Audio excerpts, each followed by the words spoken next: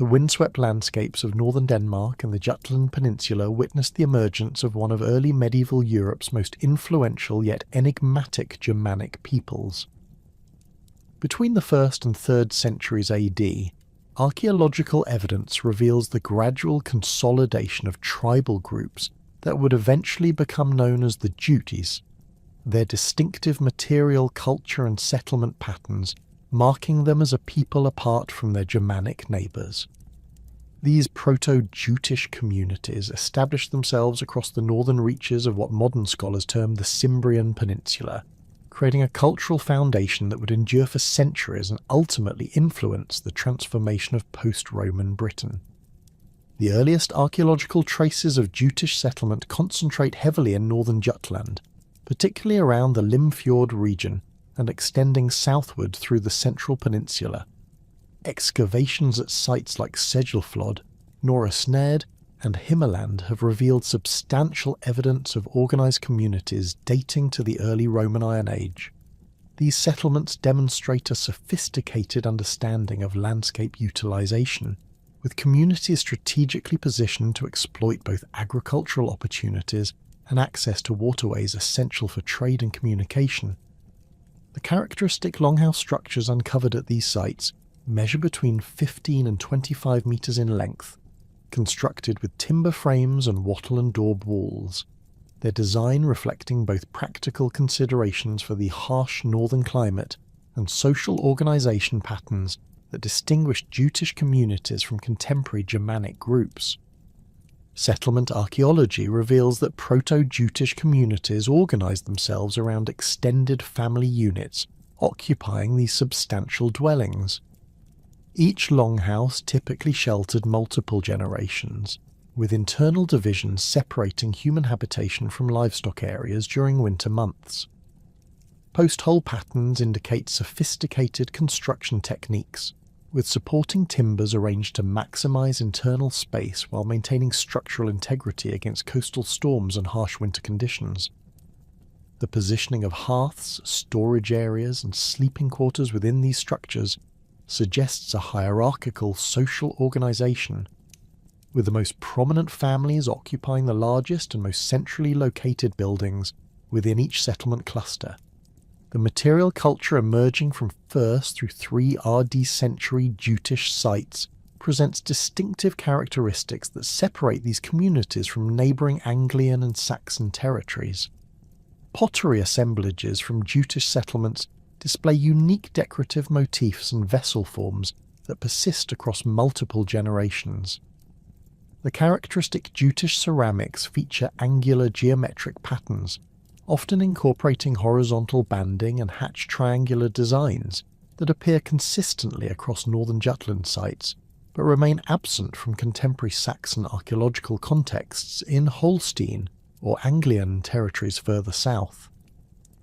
These vessels, ranging from large storage jars to smaller drinking cups, demonstrate both functional sophistication and aesthetic preferences that mark Jutish cultural identity. Metalworking evidence from early Jutish sites reveals advanced technological capabilities and distinctive stylistic preferences. Iron production facilities uncovered at several locations indicate local smelting operations utilising bog iron deposits abundant throughout the peninsula. The quality of iron implements recovered from Jutish graves and settlement contexts demonstrates sophisticated understanding of metallurgical processes. Bronzeworking also flourished, with distinctive fibulae, belt fittings and decorative items displaying characteristic Jutish artistic motifs. These bronze artefacts often incorporate spiral designs and interlaced patterns that would later influence Anglo-Saxon artistic traditions in Britain. Grave goods from Jutish burial sites provide crucial insights into social stratification and cultural values during this formative period. High-status burials, particularly those discovered in the Himmerland region, contain elaborate assemblages including imported glass vessels, amber jewellery and finely crafted weapons. The presence of Roman manufactured items in these graves indicates extensive trade networks and the accumulation of wealth by Jutish elites.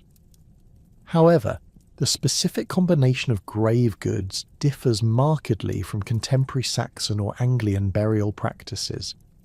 Jutish graves frequently contain distinctive brooches with square heads and elaborate animal ornamentation, while weapon sets often include specific spear types and shield boss designs that appear rarely in neighbouring Germanic territories. The organisation of Jutish cemeteries reveals important aspects of social structure and religious practices. Unlike the scattered individual burials common among some Germanic groups, Jutish communities established organised cemetery areas that served multiple generations. These burial grounds demonstrate careful spatial organisation, with family groups maintaining distinct areas within larger cemetery complexes.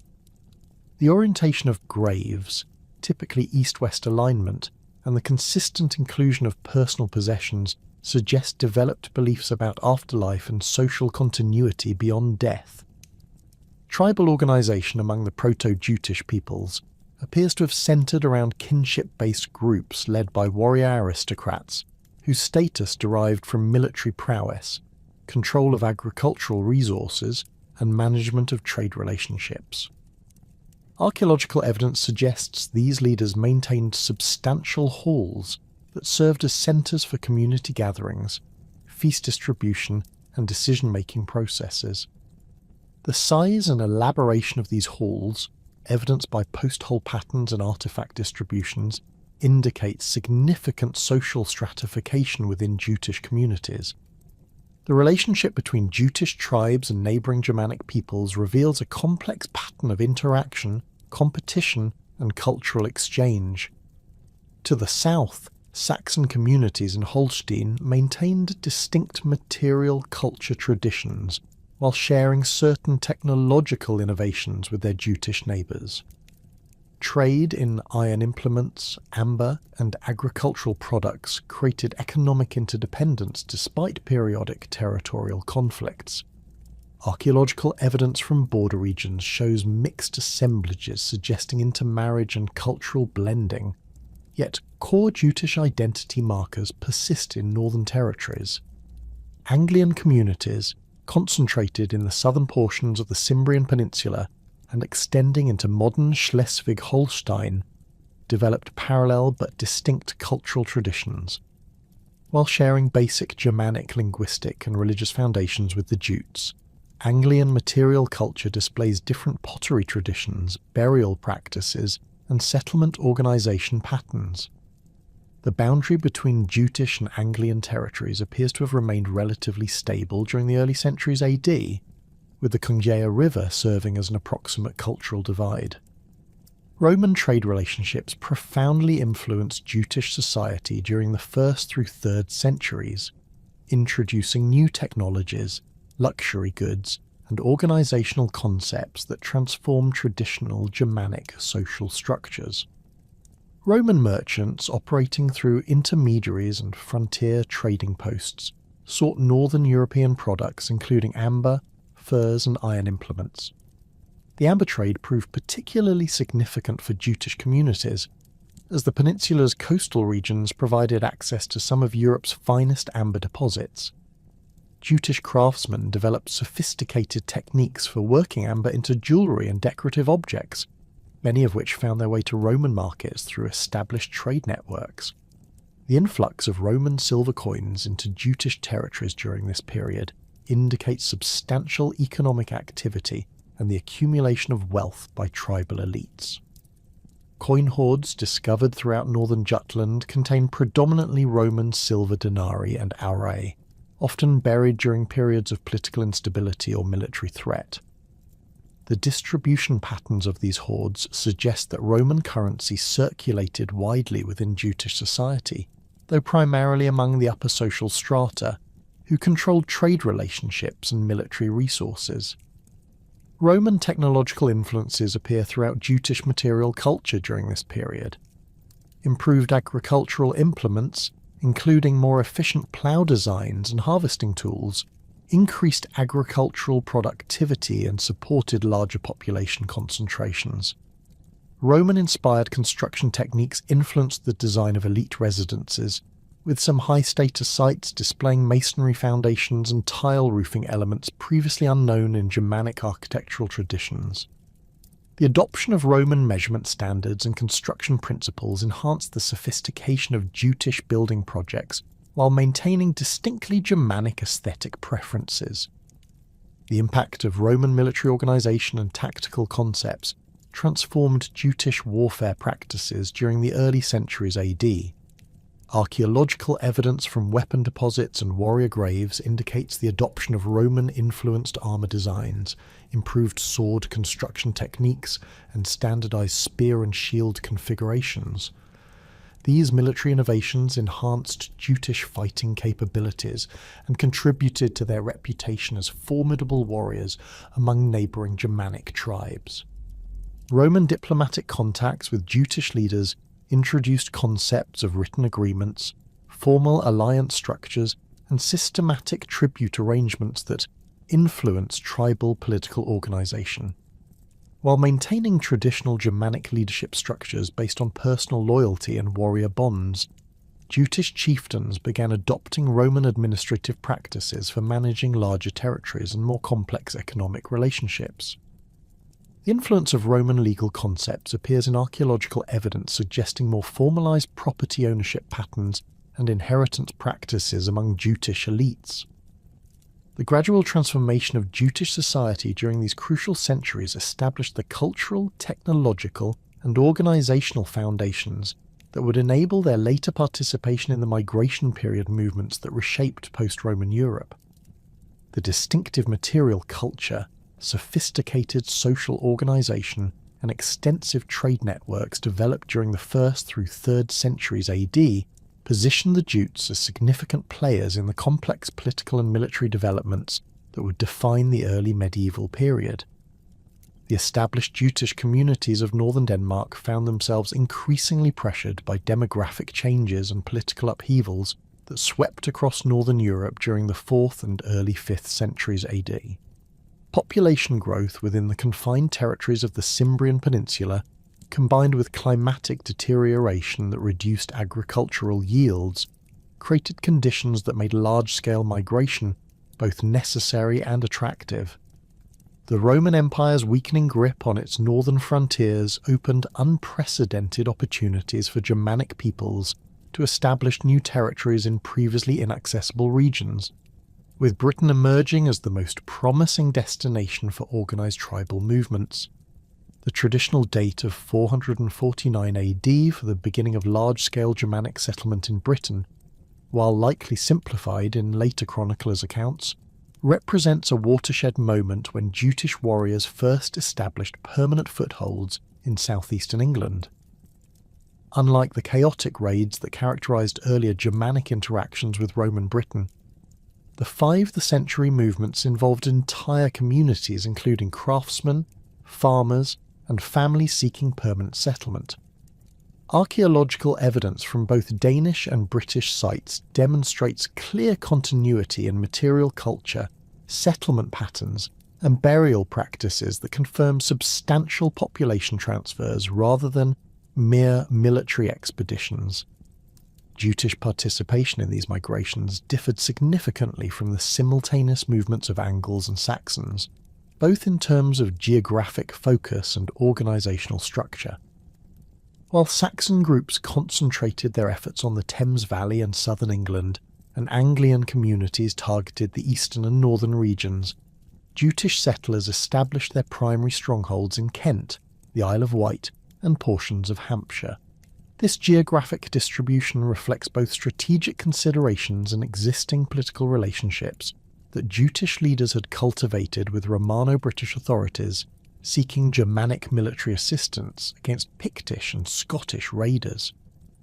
The Venerable Bede's Ecclesiastical History of the English People, completed around 731 AD, provides the most detailed contemporary account of Jutish settlement patterns, though his perspective reflects 8th century political realities rather than 5th century conditions. Bede specifically identifies the Jutes as the primary settlers of Kent and the Isle of Wight, distinguishing them clearly from the Angles and Saxons who established kingdoms elsewhere in England. His account describes how Jutish leaders negotiated formal agreements with British authorities, receiving grants of land in exchange for military service against external threats. These arrangements, while initially temporary, evolved into permanent territorial control as British political authority collapsed throughout much of southeastern England.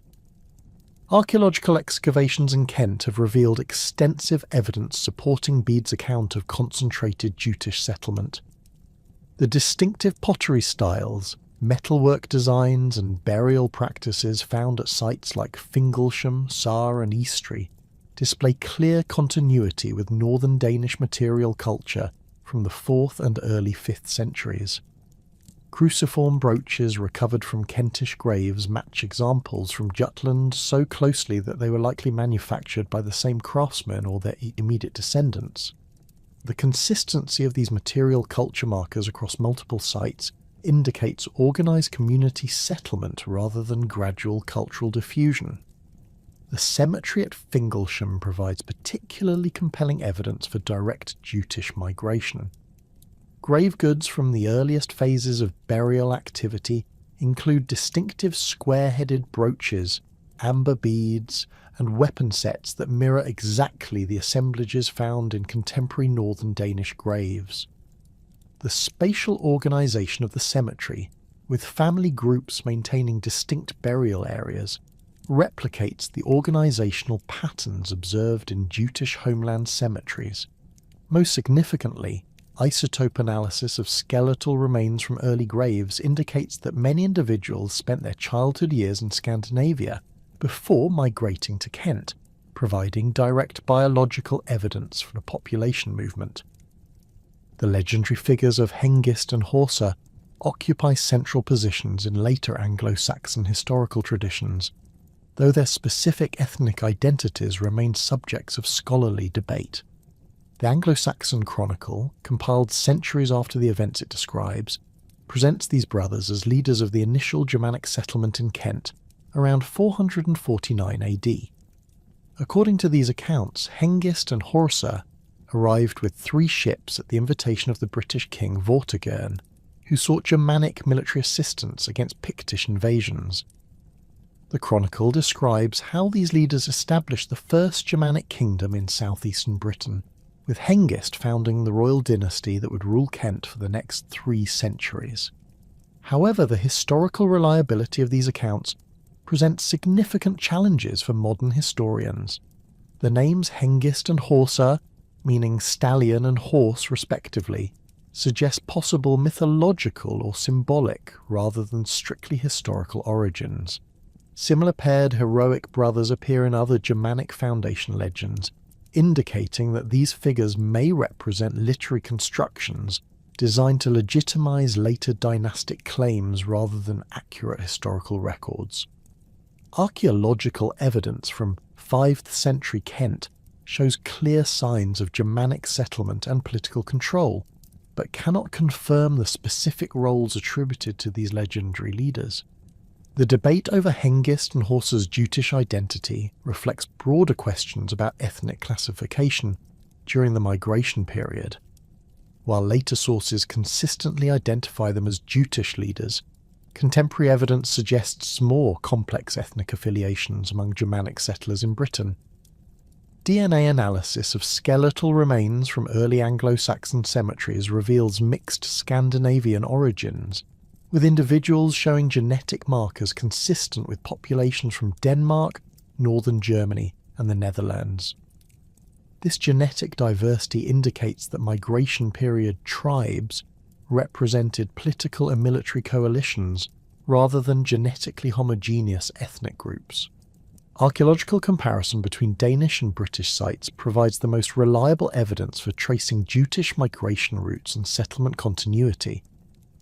Distinctive artifacts found in both regions demonstrate clear technological and stylistic connections that persisted for several generations after initial settlement. The production techniques used for creating specific brooch types, pottery vessels, and metalwork items show such precise correspondence that they indicate either direct craftsman migration or the maintenance of extremely close cultural contacts across the North Sea. The distribution of characteristic Jutish artefacts in Britain follows predictable patterns that reflect both migration routes and subsequent settlement expansion. Early 5th century sites in Kent contain the highest concentrations of distinctively Jutish material culture, with artefact densities decreasing as distance from the primary landing areas increases. This pattern suggests that Kent served as the initial reception area for Jutish migrants, who subsequently established secondary settlements in the Isle of Wight and Hampshire through organised expansion rather than independent migration waves. Ceramic analysis provides particularly detailed evidence for migration continuity. The distinctive angular rim treatment, surface decorations and vessel proportions characteristic of 5th century Jutish pottery in Kent match precisely the ceramic traditions of northern Jutland during the same period. Petrographic analysis of pottery fabrics indicates that some vessels were actually manufactured in Denmark and transported to Britain, while others were produced in Kent using techniques and decorative schemes learned in the homeland. This combination of imported and locally produced ceramics suggests organised community migration that included skilled craftsmen capable of maintaining traditional manufacturing techniques. Metalworking evidence reveals similar patterns of technological continuity across the North Sea. The sophisticated techniques required for producing characteristic Jutish brooches, belt fittings and weapon components appear in Kentish workshops within decades of initial settlement. The quality and consistency of these products indicate that master craftsmen migrated along with their communities, bringing with them the specialised knowledge necessary for maintaining traditional artistic and technological standards. Chemical analysis of bronze and iron artefacts shows that Kentish smiths initially relied on imported raw materials from Scandinavian sources before gradually adapting to British metal supplies. Settlement archaeology provides additional evidence for organised Jutish migration and community establishment. The layout of early Germanic settlements in Kent replicates the organisational patterns observed in contemporary Danish sites, with substantial timber halls serving as focal points for extended family groups. The positioning of these halls relative to agricultural areas, burial grounds, and craft production zones follows spatial arrangements that mirror homeland settlement traditions.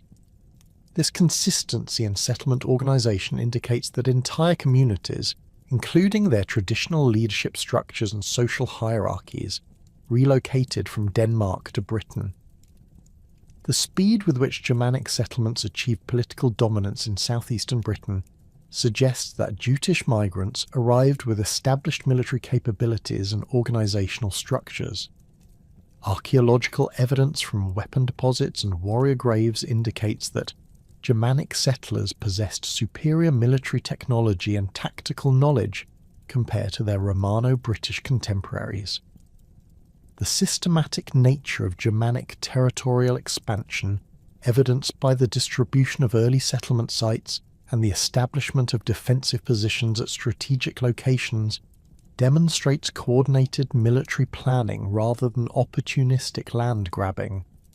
The transformation of Romano-British administrative structures in areas of Jutish settlement reveals the sophisticated political capabilities that Germanic leaders brought to their new territories.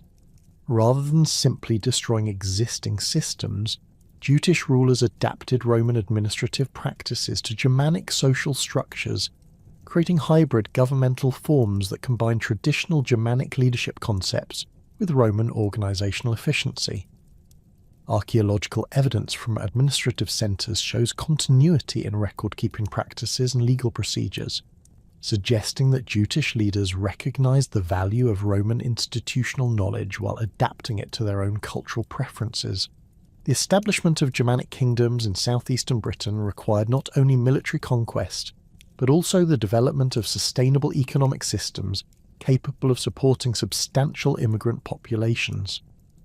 Archaeological evidence indicates that Jutish settlers successfully adapted their traditional agricultural practices to British environmental conditions.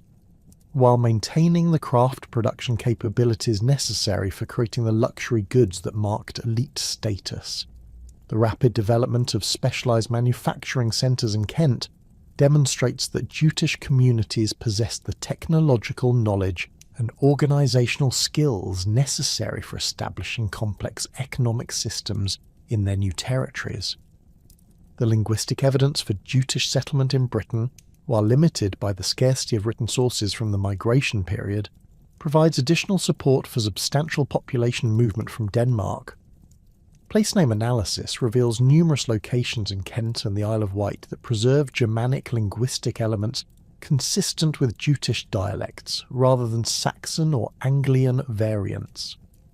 These toponymic patterns suggest that Jutish settlers established communities large enough to impose their own naming conventions on the landscape, indicating demographic dominance rather than mere political control over indigenous populations. The successful establishment of Jutish communities in southeastern Britain during the mid-5th century created the foundation for what would become the most politically sophisticated and economically prosperous Germanic kingdom in early medieval England. The Kingdom of Kent emerged from these initial settlements as a distinctive political entity that combined traditional Jutish social structures with adapted Romano-British administrative practices, creating a governmental system that proved remarkably durable and influential throughout the Anglo-Saxon period. Archaeological evidence from the late 5th and early 6th centuries demonstrates the systematic consolidation of Jutish territorial control across Kent, the Isle of Wight, and portions of Hampshire. The distribution of high-status burial sites during this period reveals a coordinated effort to establish administrative centres at strategic locations throughout Jutish territories. Major cemetery complexes at Faversham, Dover and Lyminge contain elaborate warrior graves with standardised weapon sets and imported luxury goods that indicate centralised political authority and organised tribute collection systems. The consistency of grave goods assemblages across these sites suggests that Jutish leaders implemented unified standards for military equipment and elite display items, demonstrating sophisticated organisational capabilities. The territorial boundaries of the Kingdom of Kent stabilised during the late 5th century along natural geographic features that provided both defensive advantages and administrative convenience. The Thames estuary formed the northern boundary, separating Jutish territories from Saxon settlements in Essex and Middlesex. To the west, the kingdom extended along the North Downs to the Surrey border, while the English Channel provided natural protection along the southern frontier. This geographic positioning gave Kent control over crucial maritime trade routes connecting Britain with continental Europe, establishing the economic foundation for the kingdom's subsequent prosperity. The internal organisation of Kentish territory reflected traditional Jutish social hierarchies adapted to British geographic conditions. Archaeological surveys have identified a network of substantial timber halls positioned at regular intervals throughout the kingdom, each serving as the residence and administrative centre for local Jutish nobles. These halls, constructed using traditional Germanic building techniques, but incorporating Romano-British architectural elements, measured between 20 and 35 metres in length and featured elaborate carved decorations that displayed the wealth and status of their occupants. The positioning of these halls relative to Roman roads and existing British settlements indicates that Jutish leaders deliberately integrated their administrative system with existing infrastructure while maintaining their own cultural identity. The development of Canterbury as the primary royal centre of the Kingdom of Kent represents one of the most significant achievements of early Jutish political organisation.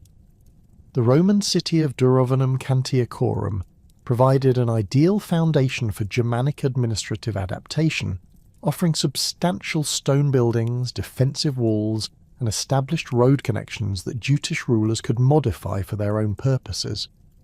Archaeological excavations within Canterbury's medieval core have revealed extensive evidence of 6th century Germanic occupation, including the construction of large timber halls within the Roman street grid, and the establishment of specialised craft production areas that manufactured goods for both local consumption and export trade.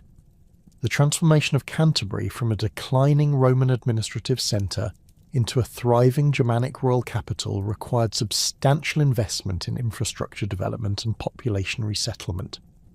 Jutish rulers recruited craftsmen, merchants and agricultural workers from throughout their territories to establish permanent communities within the city walls. Archaeological evidence indicates that these settlers brought with them traditional Germanic craft techniques, while adapting to urban living conditions that differed significantly from their rural homeland experiences. The resulting material culture combines distinctively Jutish artistic traditions with Romano-British technological innovations, creating hybrid forms that influenced artistic development throughout southeastern England. The reign of Ethelbert, who ruled Kent from approximately 560 to 616 AD, marked the apex of Jutish political influence in Britain and established precedents that shaped Anglo-Saxon governmental development for centuries. Ethelbert's significance extends far beyond his role as a successful military leader and territorial administrator. His conversion to Christianity around 597 AD and subsequent issuance of the first written law code by an Anglo-Saxon ruler transformed the legal and religious foundations of Germanic kingship in Britain. The survival of Ethelbert's law code, preserved in later manuscripts, provides crucial insights into Jutish social organisation, legal concepts, and administrative practices during the early 7th century. Ethelbert's law code consists of 90 clauses that address a comprehensive range of legal issues including property rights, personal injury compensation, theft penalties, and marriage regulations. The code demonstrates sophisticated understanding of legal principles that combine Germanic customary law with Roman jurisprudential concepts adapted through Christian theological interpretation. The specific compensation schedules outlined in the code reveal detailed social hierarchies within Jutish society, with different penalty rates applied based on the social status of both perpetrators and victims. These distinctions indicate that Kentish society maintained traditional Germanic class divisions while developing more complex legal mechanisms for resolving disputes and maintaining social order. The legal innovations contained in Ethelbert's code influenced subsequent Anglo-Saxon lawmaking throughout England, establishing precedents for written legal documentation that other Germanic kingdoms gradually adopted. The code's emphasis on monetary compensation rather than physical punishment reflected both Christian theological influence and practical administrative considerations that made centralised legal enforcement more effective. The detailed provisions for protecting church property and clergy demonstrate how Jutish rulers integrated Christian institutional structures into traditional Germanic governmental systems without abandoning their own cultural authority. Ethelbert's conversion to Christianity resulted from complex political calculations that balance religious innovation with traditional Jutish cultural values. The arrival of Augustine's missionary expedition in 597 AD presented both opportunities and challenges for Kentish political leadership. Christianity offered access to continental European diplomatic networks, advanced administrative techniques, and prestigious cultural associations that enhanced royal authority. However, conversion also required careful management of traditional Germanic religious practices and social customs that remained important to Jutish military and agricultural communities. The process of Christianization in Kent proceeded gradually, with Ethelbert maintaining traditional Germanic royal prerogatives while accommodating Christian institutional requirements. Archaeological evidence from this period shows the construction of the first stone churches in Canterbury, including the original cathedral and the monastery of St. Peter and St. Paul. These buildings combined Romano-British architectural traditions with continental European ecclesiastical design principles, creating distinctive architectural forms that influenced church construction throughout Anglo-Saxon England. The positioning of these religious buildings relative to existing Germanic administrative centres indicates careful integration of Christian and traditional governmental functions.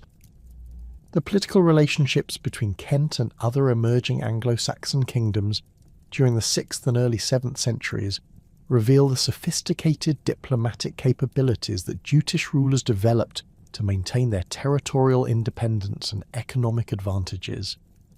Kent's strategic position controlling cross-channel trade routes made it both a valuable ally and a potential threat to neighbouring Saxon and Anglian kingdoms.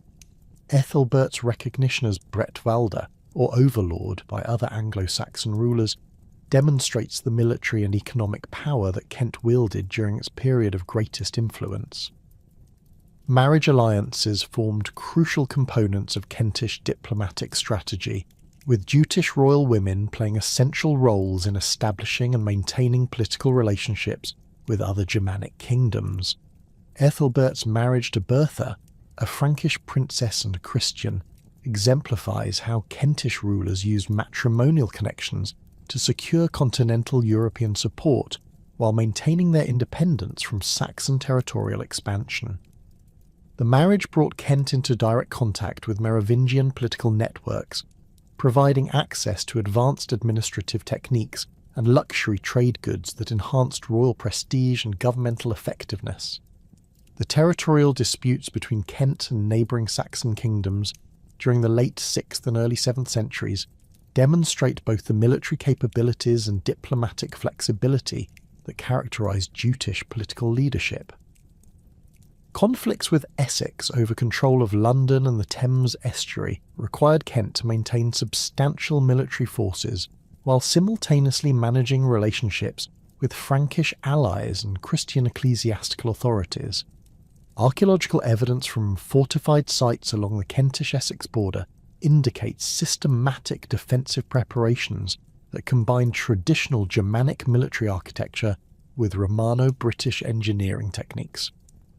The Battle of Wimbledon, fought around 568 AD between Kentish forces and West Saxon armies, illustrates the military challenges that Kent faced in maintaining its territorial integrity against Saxon expansion. While the specific details of this conflict remain unclear due to limited contemporary sources, the battle's outcome appears to have established stable boundaries between Kentish and West Saxon territories that persisted for several generations. The maintenance of these boundaries required continuous military preparedness and diplomatic negotiation that shaped Kentish political development throughout the early Anglo-Saxon period. Economic prosperity formed the foundation of Kent's political influence, with the kingdom's strategic geographic position enabling its rulers to control and profit from trade connections between Britain and continental Europe. Archaeological evidence from trading sites along the Kentish coast reveals extensive commercial activity involving luxury goods, raw materials, and manufactured items that circulated throughout northwestern Europe. The port facilities at Dover, Sandwich and Richborough handled substantial volumes of trade that generated customs revenues and tribute payments that funded royal administration and military activities. The development of specialised craft production centres within Kent demonstrates how Jutish rulers encouraged economic diversification to reduce dependence on agricultural revenues and external trade fluctuations. Archaeological excavations have identified workshop areas in Canterbury, Rochester, and other major settlements where skilled craftsmen produced high-quality metalwork, textiles, and pottery for both local consumption and export markets. These production centres employed traditional Jutish manufacturing techniques while incorporating technological innovations learned through contact with Frankish and other continental European craftsmen. The monetary system that developed in Kent during the late 6th and early 7th centuries represents one of the earliest attempts by Anglo-Saxon rulers to establish standardised currency systems based on continental European models. The gold tremisses minted in Canterbury during Ethelbert's reign display sophisticated understanding of monetary economics and international trade requirements. These coins, which circulated throughout southeastern England and continental Europe, enhanced Kent's commercial reputation while providing royal administrators with effective tools for collecting taxes and managing economic transactions.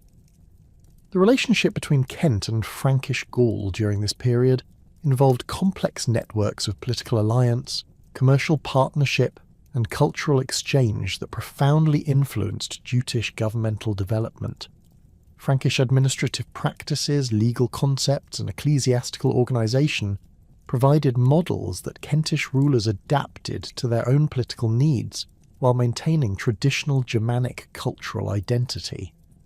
The regular diplomatic exchanges between Canterbury and Frankish royal courts facilitated the transfer of technological innovations, artistic styles, and governmental techniques that enhanced Kentish administrative capabilities.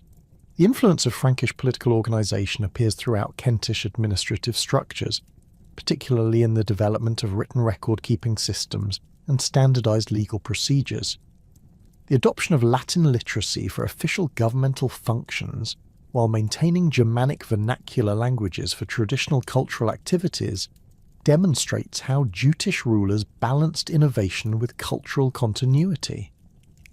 This linguistic flexibility enabled Kent to participate effectively in international diplomatic networks, while preserving the cultural foundations of royal authority within traditional Germanic social structures.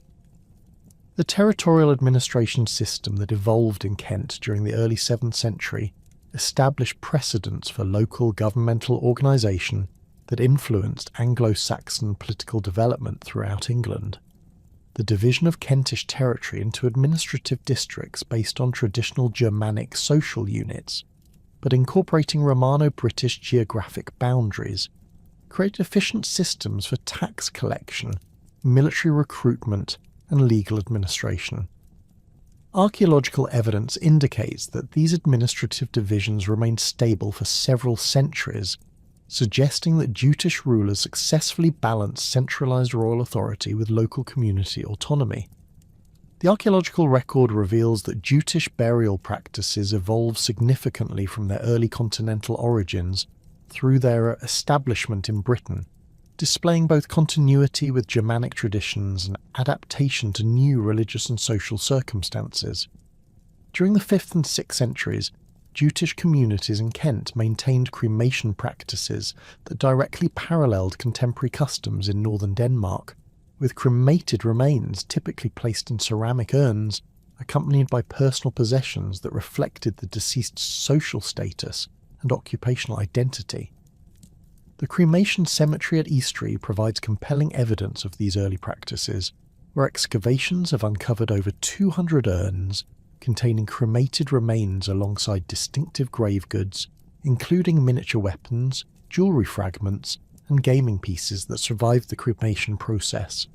The cremation urns themselves display characteristic Jutish ceramic traditions, featuring angular shoulder profiles and distinctive rim treatments that distinguish them from contemporary Saxon cremation vessels found in other regions of England.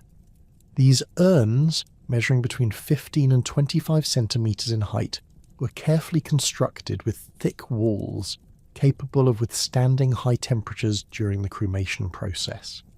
The decorative schemes applied to these vessels include horizontal banding, hatched triangular motifs, and stamped geometric patterns that match precisely the ceramic traditions of northern Jutland during the same period.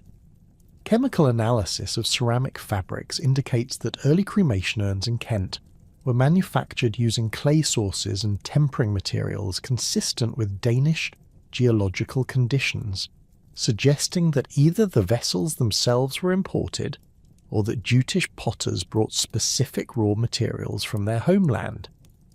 The transition from cremation to inhumation burial practices among Jutish communities occurred gradually during the late 6th and early 7th centuries, coinciding with the conversion to Christianity under Ethelbert's reign.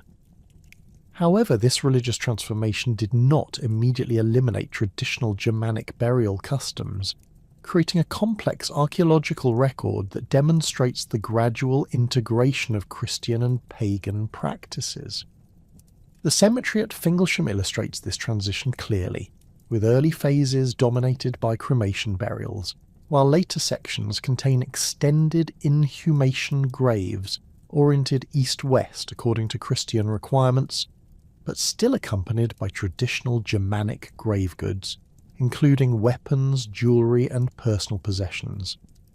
The inhumation graves from Christian period Jutish cemeteries reveal distinctive burial practices that set them apart from contemporary Saxon and Anglian communities.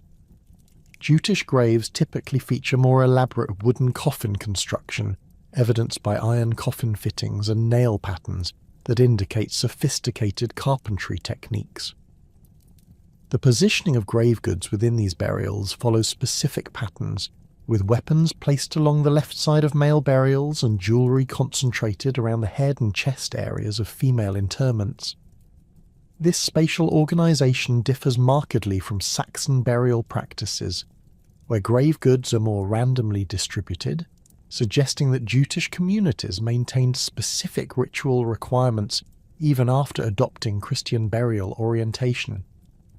The preservation conditions in Kentish chalk soils have allowed for detailed analysis of textile remains associated with Jutish burials, revealing sophisticated weaving techniques and distinctive fabric patterns that reflect both continental Germanic traditions and local innovations. Female graves frequently contain evidence of elaborate dress ensembles, including peplos-style garments secured with characteristic square-headed brooches, underdresses of fine linen, and woolen cloaks fastened with smaller circular brooches. The textile impressions preserved on metal grave goods indicate that Jutish women wore distinctively patterned fabrics, featuring geometric designs woven in contrasting colours, with tablet-woven borders displaying complex interlaced motifs that required considerable technical skill to produce. Male Jutish burials demonstrate equally distinctive clothing traditions, with textile evidence indicating the use of tailored tunics, fitted trousers, and substantial woolen cloaks secured with elaborate belt fittings. The weapon belts found in high-status male graves feature distinctive leatherworking techniques and metal fittings that display characteristic Jutish artistic motifs. These belts, constructed with multiple leather layers and reinforced with metal studs, supported not only weapons but also practical items, including knives, fire steels, and pouches containing personal possessions. The standardization of belt construction techniques across multiple cemetery sites suggests that Jutish communities maintained specific craft traditions for producing these essential masculine accessories. Jutish jewellery traditions display remarkable consistency across both continental and British sites, indicating the preservation of distinctive artistic and technological practices throughout the migration period. The square-headed brooches that appear consistently in female Jutish graves represent some of the most sophisticated metalworking achievements of early medieval Germanic craftsmanship. These brooches, typically measuring between 8 and 12 centimetres in length, feature elaborate animal ornamentation executed in chip-carved technique that creates complex interplays of light and shadow across the brooch surface. The animal designs incorporated into these pieces include stylized quadrupeds, birds, and serpentine creatures arranged in symmetrical compositions that demonstrate sophisticated understanding of decorative balance and artistic proportion. The technical analysis of Jutish square-headed brooches reveals advanced casting and finishing techniques that required considerable metallurgical expertise. The bronze alloys used in these pieces contain carefully controlled proportions of tin and lead that optimize both casting properties and final appearance. The chip-carved decorative elements were executed using specialized tools that created precise geometric cuts, with the deepest recesses often filled with contrasting metal inlays or organic materials that enhance the visual impact of the designs. X-ray analysis has revealed that many brooches contain iron springs and pin mechanisms that were inserted during the casting process, demonstrating sophisticated understanding of multi-material construction techniques.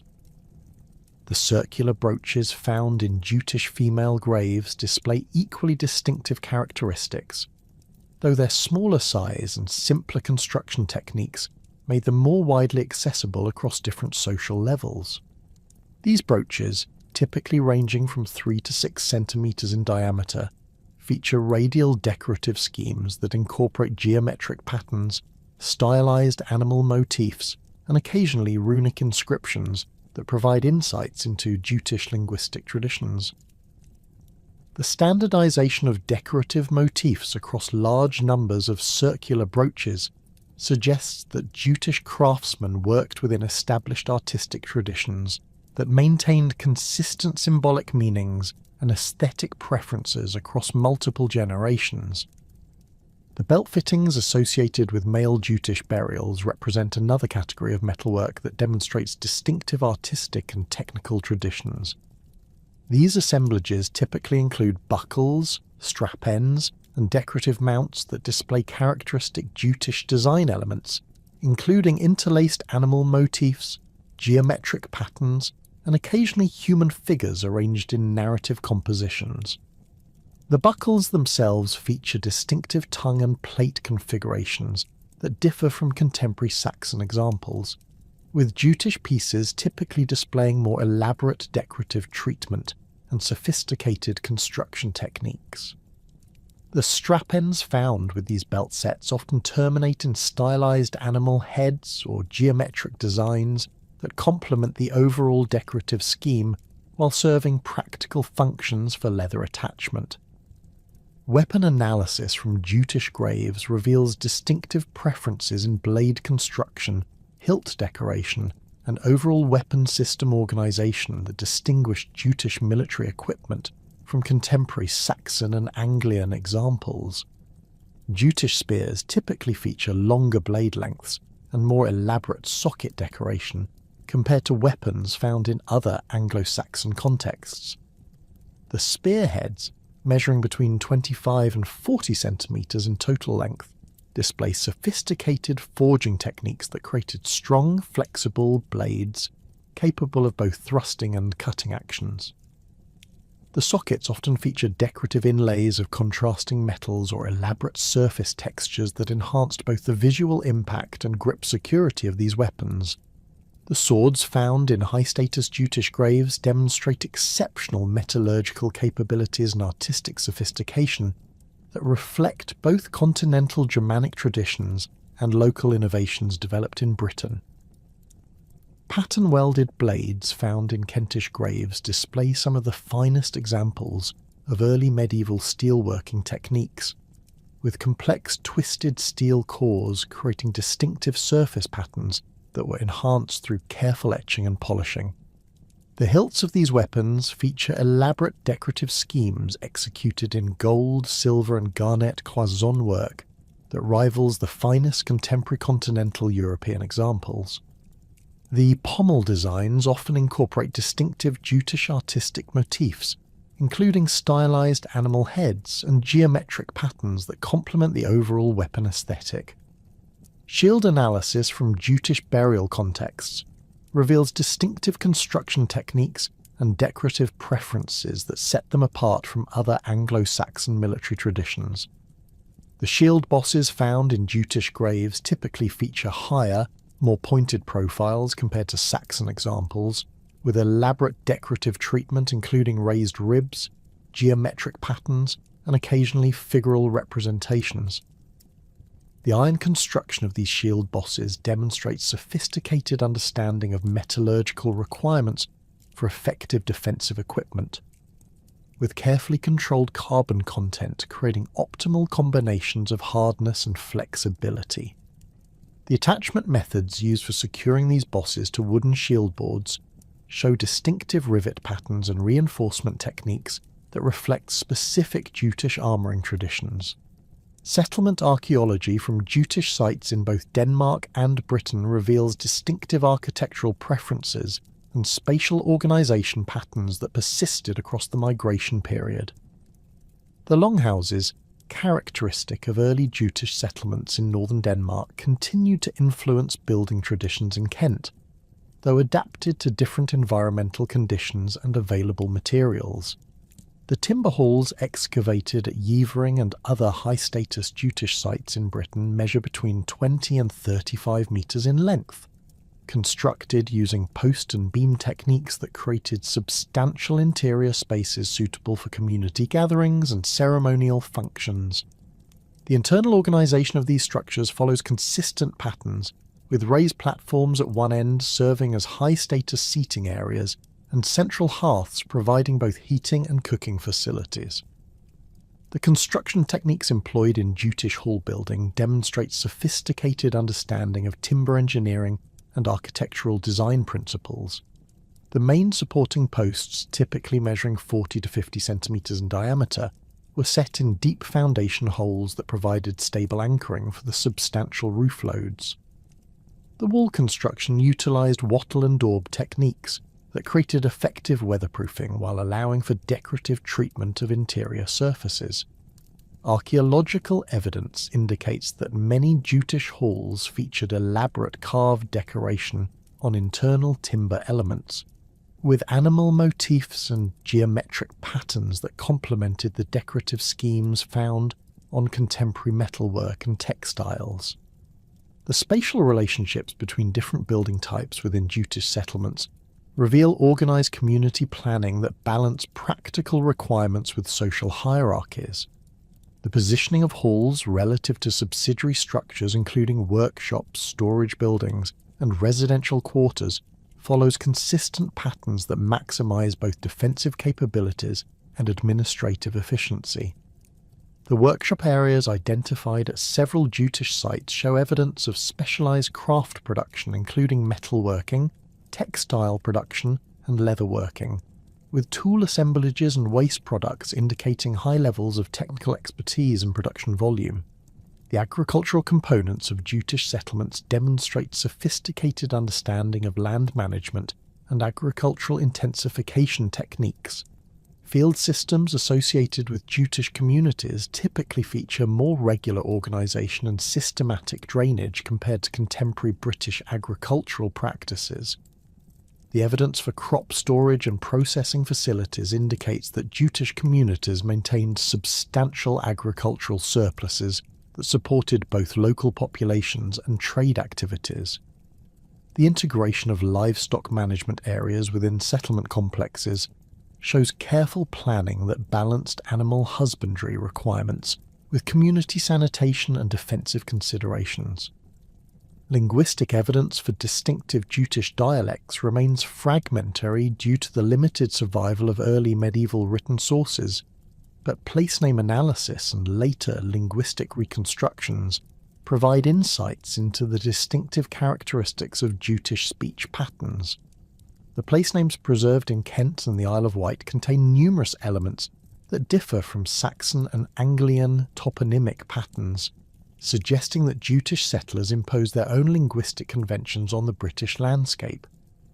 Names ending in inga, indicating tribal or family group settlements, appear more frequently in areas of documented Jutish settlement, while certain topographic terms show distinctive phonetic developments that reflect Jutish linguistic preferences.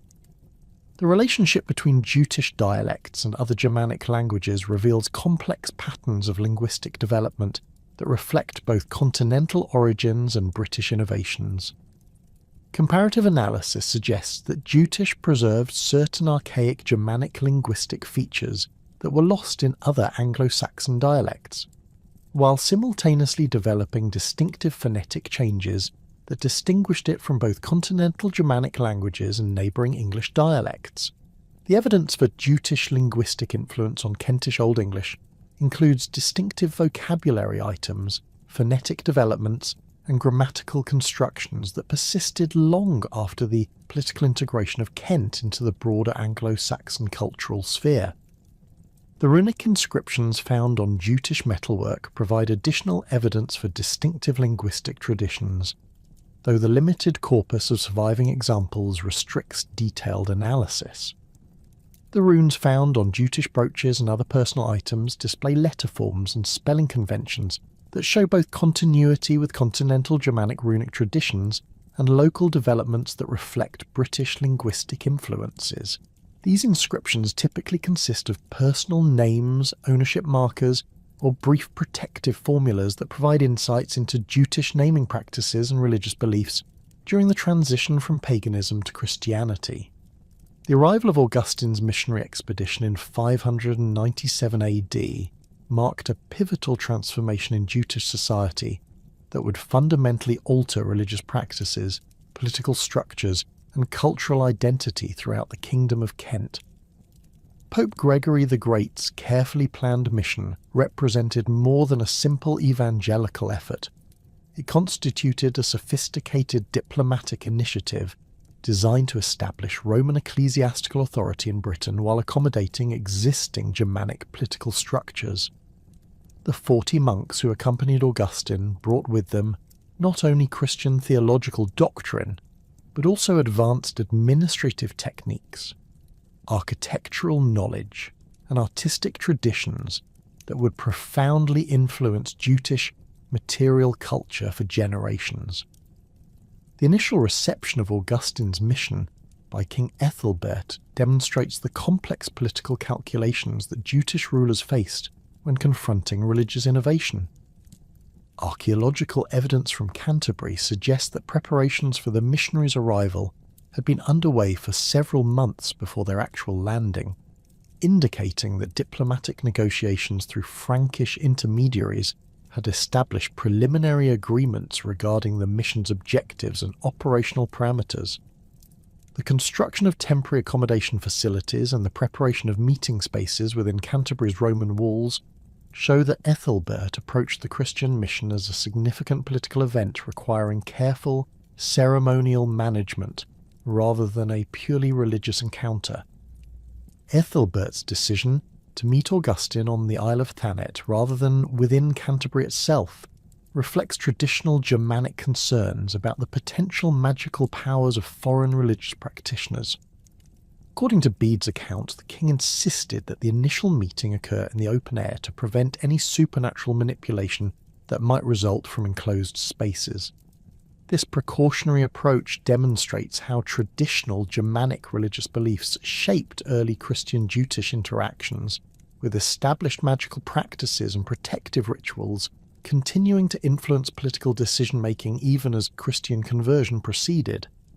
The outdoor meeting also allowed Ethelbert to maintain traditional royal ceremonial protocols, while accommodating Christian liturgical requirements. The conversion process itself unfolded gradually over several months, with Ethelbert carefully balancing Christian theological requirements against traditional Jutish religious obligations and political necessities. Archaeological evidence from this period shows the continued use of traditional Germanic ceremonial sites alongside the construction of the first Christian churches, indicating that religious transformation occurred through accommodation rather than replacement.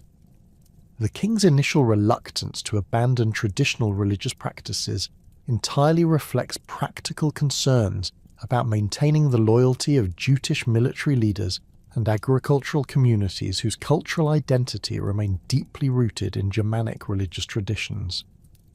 The establishment of Canterbury Cathedral as the primary episcopal seat for Augustine's mission required extensive architectural and administrative planning that demonstrated both Christian ecclesiastical ambition and Jutish royal support. The site selected for the cathedral, within the southeastern section of Canterbury's Roman walls, provided both symbolic continuity with Romano-British Christian traditions and practical advantages, including access to existing stone foundations and water supplies. The initial cathedral structure, constructed between 597 and 602 AD, combined Romano-British architectural elements with continental European ecclesiastical design principles learned from Frankish church-building projects. Archaeological excavations beneath Canterbury Cathedral have revealed the substantial foundations of Augustine's original church. a stone structure measuring approximately 40 metres in length and 20 metres in width, with thick walls capable of supporting significant vertical loads. The construction techniques employed in this building demonstrate sophisticated understanding of masonry engineering, with carefully dressed stone blocks laid in regular courses and reinforced with iron clamps that provided structural stability. The interior organisation included a raised chancel area, side chapels, and burial spaces that accommodated both Christian liturgical requirements and the ceremonial needs of Jutish royal patronage. The development of Canterbury as a centre of English Christianity required not only cathedral construction, but also the establishment of supporting institutions, including monasteries, schools, and administrative facilities that could sustain long-term ecclesiastical operations. The monastery of St. Peter and St. Paul, later known as St. Augustine's Abbey, was founded outside Canterbury's eastern walls on a site that provided both sufficient space for monastic buildings and symbolic separation from secular administrative functions. The abbey's construction, begun around 598 AD, created the first major monastic complex in Anglo-Saxon England, with stone buildings arranged around a central cloister that followed continental European monastic architectural conventions. The artistic and architectural influences introduced through Augustine's mission transformed Jutish material culture by providing access to Mediterranean and continental European artistic traditions that had previously been unavailable in Germanic Britain. The stone carving techniques employed in Canterbury's early churches introduced new decorative motifs, including vine scrolls, geometric interlace patterns, and figural representations that combined Christian symbolic content with Germanic artistic sensibilities. These hybrid decorative schemes appear on architectural fragments, sculptural elements, and portable objects that demonstrate how Jutish craftsmen adapted Christian artistic vocabulary to traditional Germanic aesthetic preferences. The production of illuminated manuscripts at Canterbury during the early 7th century established scriptorial traditions that would influence English book production for centuries. The earliest manuscripts produced under Augustine's direction combined continental European scribal techniques with decorative elements that reflected Germanic artistic traditions, creating distinctive hybrid styles that mark the beginning of Anglo-Saxon manuscript illumination. The Codex Aureus, though produced later in the 8th century, represents the culmination of artistic developments that began with Augustine's mission, demonstrating how Christian manuscript production evolved within Jutish cultural contexts.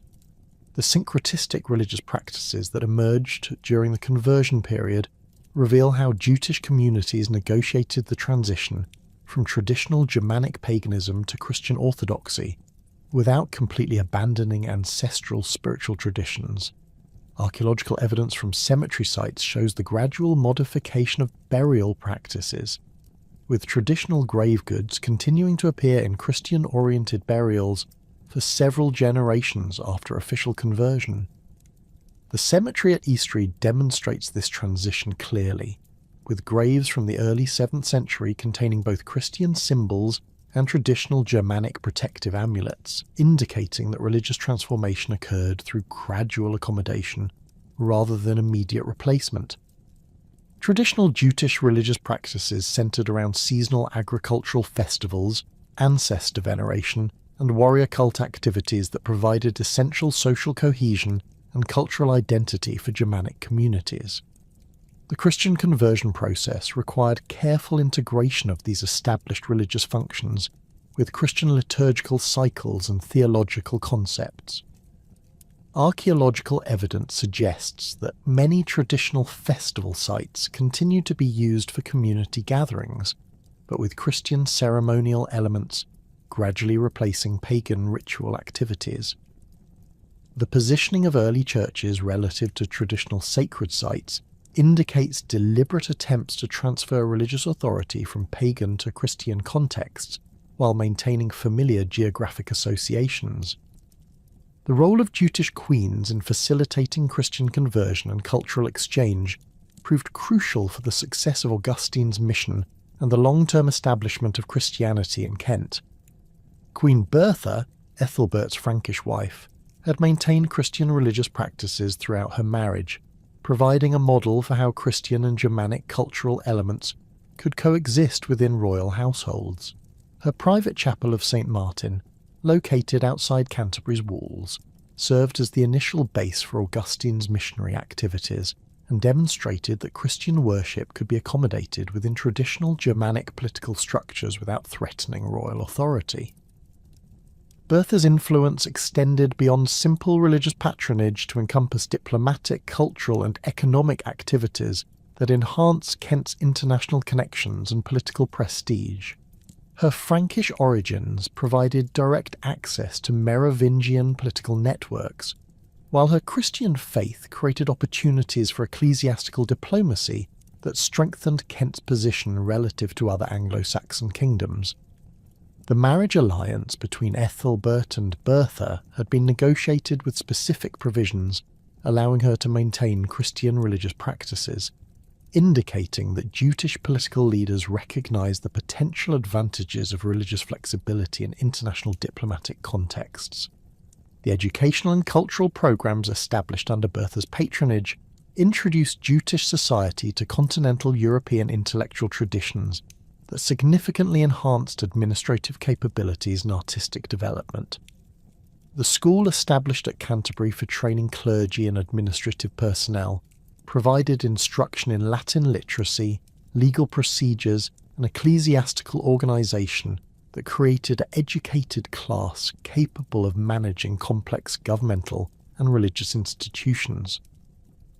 Archaeological evidence from Canterbury includes writing implements, book clasps, and other scholarly materials that demonstrate the rapid development of literary culture within Jutish society following Christian conversion. The diplomatic implications of Christian conversion extended far beyond religious transformation to encompass political relationships with continental European powers and neighbouring Anglo-Saxon kingdoms. Kent's adoption of Christianity aligned the kingdom with Frankish political interests, while distinguishing it from pagan Saxon and Anglian rulers who remained committed to traditional Germanic religious practices. This religious differentiation provided Kent with diplomatic advantages in negotiations with Christian continental powers, while creating potential conflicts with pagan neighbouring kingdoms that viewed Christian conversion as a political betrayal of Germanic cultural identity. The economic consequences of Christian conversion included both costs and benefits that significantly influenced Kent's political development during the early 7th century. The construction of churches, monasteries, and supporting institutions required substantial financial investment that strained royal resources while creating new opportunities for craft production and trade. The ecclesiastical buildings under construction in Canterbury attracted skilled craftsmen from throughout northwestern Europe, creating temporary but significant economic stimulus that enhanced Kent's reputation as a centre for sophisticated artistic and architectural production. The legal and administrative changes that accompanied Christian conversion transformed Jutish governmental structures by introducing written legal codes, standardised administrative procedures, and systematic record-keeping practices that enhanced royal authority and bureaucratic efficiency. Ethelbert's law code, issued around 602-603 AD, represents the first attempt by an Anglo-Saxon ruler to create comprehensive written legal standards that combined Germanic customary law with Christian theological principles. The code's provisions for protecting church property, regulating clerical conduct, and establishing penalties for crimes against religious personnel demonstrate how Christian institutional requirements were integrated into traditional Germanic legal frameworks. The missionary activities that expanded beyond Kent into other Anglo-Saxon kingdoms utilised Jutish political connections and military capabilities to establish Christian communities in previously pagan territories. The missions to Essex and East Anglia during the early 7th century relied heavily on Kentish political support and ecclesiastical resources. with Jutish clergy and administrators playing crucial roles in establishing Christian institutions throughout southeastern England. These missionary efforts enhanced Kent's political influence while creating religious obligations that sometimes conflicted with traditional Germanic military and diplomatic practices.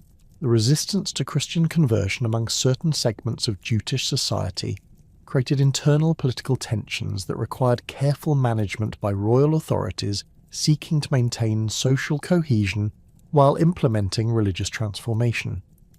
Archaeological evidence suggests that rural agricultural communities maintained traditional religious practices longer than urban populations, with pagan burial customs and ritual activities continuing in remote areas for several generations after official conversion.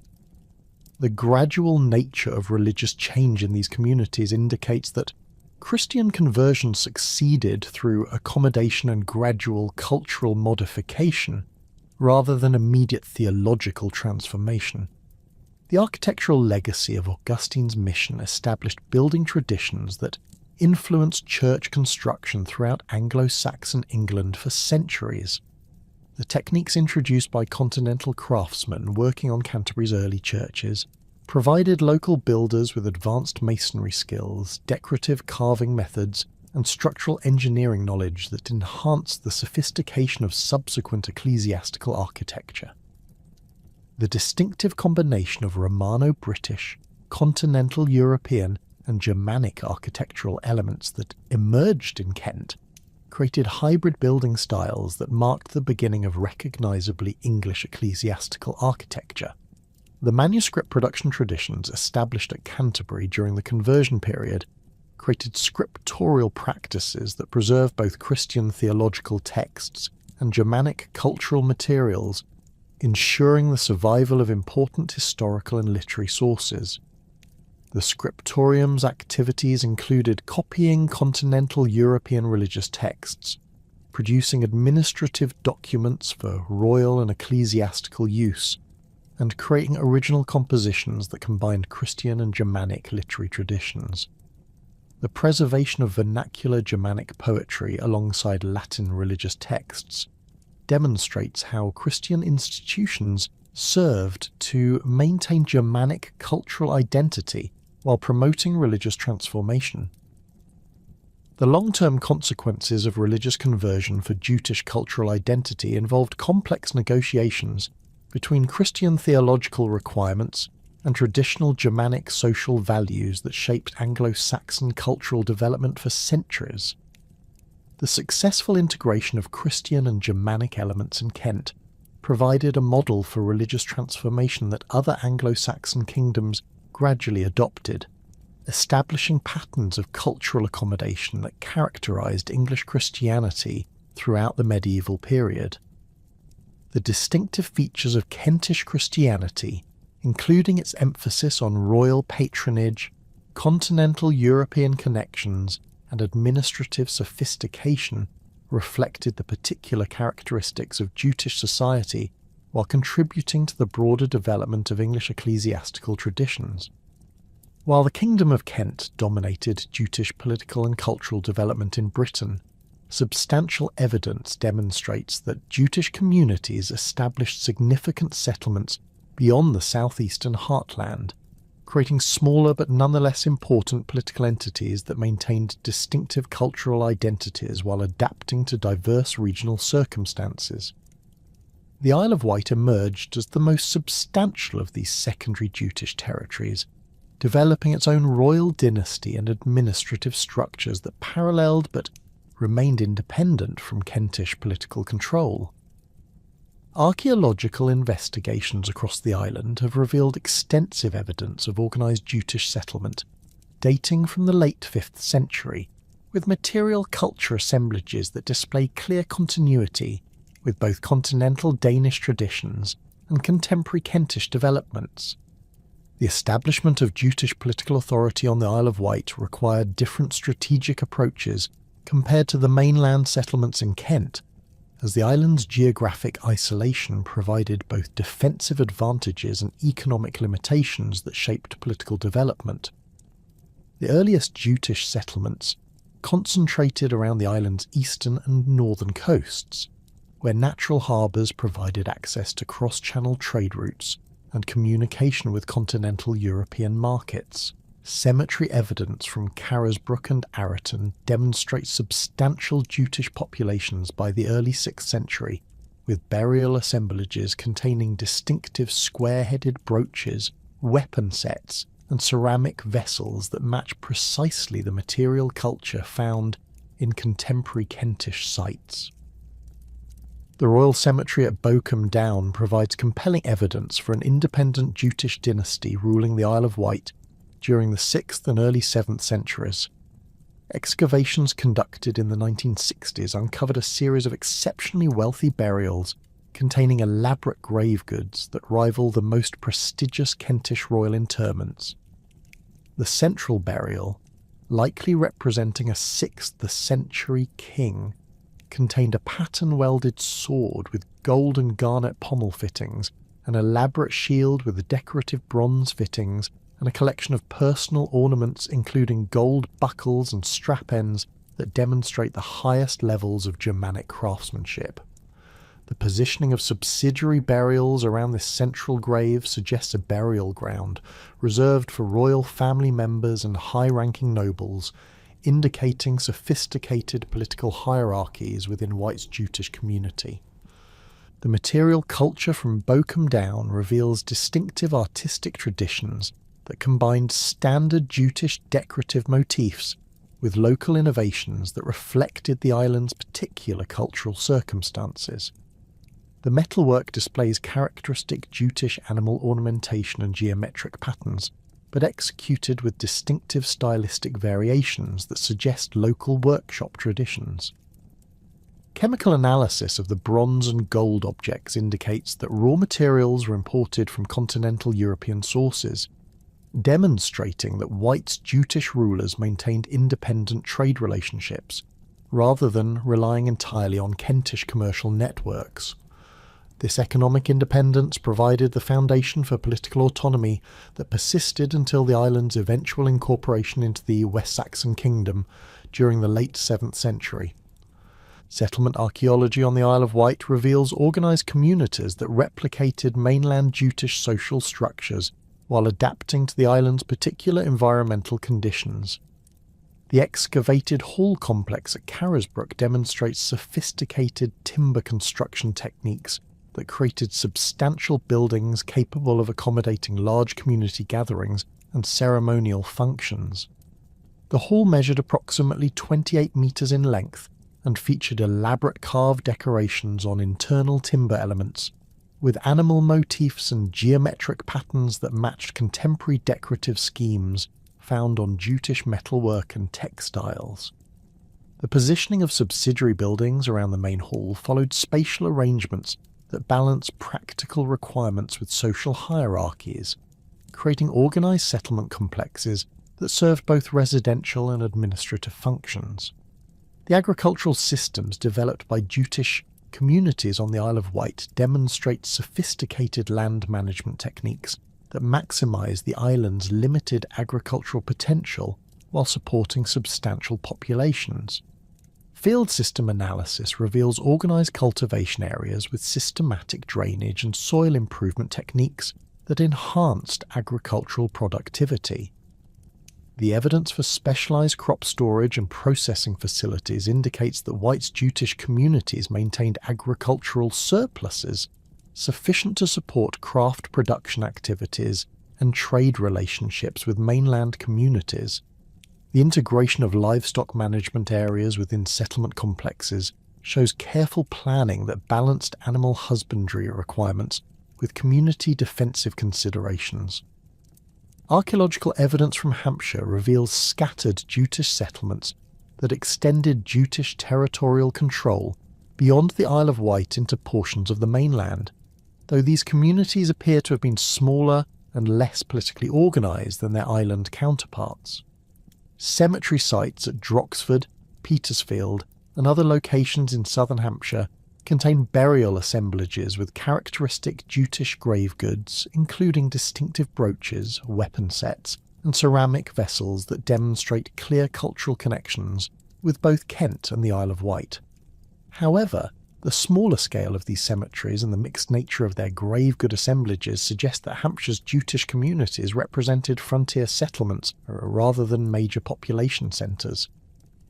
The Jutish presence in Hampshire appears to have been concentrated in areas that provided strategic control over important transportation routes and natural resources, particularly the river valleys that connected the coast with inland territories. The positioning of known Jutish sites relative to Roman roads and river crossings indicates that these communities served important commercial and military functions within the broader network of Jutish territories. Archaeological evidence suggests that Hampshire's Jutish settlements maintained regular contact with both Kent and the Isle of Wight, sharing material culture traditions and probably participating in coordinated political and military activities. The relationship between Kent and the outlying Jutish territories involved complex networks of political alliance, economic cooperation and cultural exchange that maintained Jutish ethnic identity while accommodating regional variations in political organisation. Documentary evidence from the early 7th century indicates that the Isle of Wight maintained its own royal dynasty, while acknowledging some form of Kentish overlordship, suggesting political arrangements that balanced local autonomy with broader Jutish solidarity. The smaller Hampshire settlements appear to have been more directly integrated into Kentish administrative systems, though they retained distinctive cultural characteristics that marked them as ethnically Jutish rather than Saxon communities. The archaeological evidence for possible Jutish presence in other parts of southern England remains more controversial, with scholars debating the significance of scattered finds that display Jutish characteristics but occur in regions where documentary sources provide no clear evidence for organised Jutish settlement. Isolated discoveries of characteristic Jutish brooches and other artefacts in Surrey, Sussex and Dorset have been interpreted variously as evidence for Jutish trading activities, individual migration, or cultural exchange rather than substantial community settlement. The distribution patterns of these finds suggest that Jutish cultural influence extended beyond the core territories through commercial relationships and intermarriage with neighbouring Germanic communities. The cemetery at Alfriston in Sussex provides one of the most intriguing examples of possible Jutish cultural influence beyond the documented settlement areas. Several graves from this site contain distinctive square-headed brooches and other artefacts that display clear Jutish stylistic characteristics, though the overall cemetery assemblage includes substantial Saxon material culture as well. The mixed nature of this evidence suggests either intermarriage between Jutish and Saxon communities, or the adoption of Jutish cultural elements by Saxon populations through trade and cultural exchange. Similar mixed assemblages from other Sussex sites indicate that cultural boundaries between Germanic groups were more fluid than later documentary sources suggest. The integration of outlying Jutish communities with local British populations created complex cultural landscapes where Germanic and Romano-British traditions merged in distinctive regional variations. Archaeological evidence from several sites indicates that Jutish settlers established communities alongside existing British populations, rather than completely displacing earlier inhabitants. The material culture from these mixed communities displays hybrid characteristics that combine Jutish decorative motifs with Romano-British technological traditions and local artistic preferences. This cultural blending created distinctive regional identities that maintained Jutish ethnic markers while incorporating elements from multiple cultural traditions.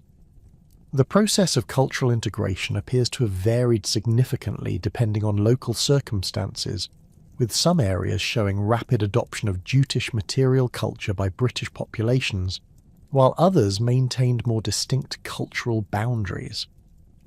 Cemetery evidence suggests that intermarriage between Jutish and British communities was relatively common, particularly in frontier areas where Jutish populations were smaller and more dependent on local cooperation for economic and military security.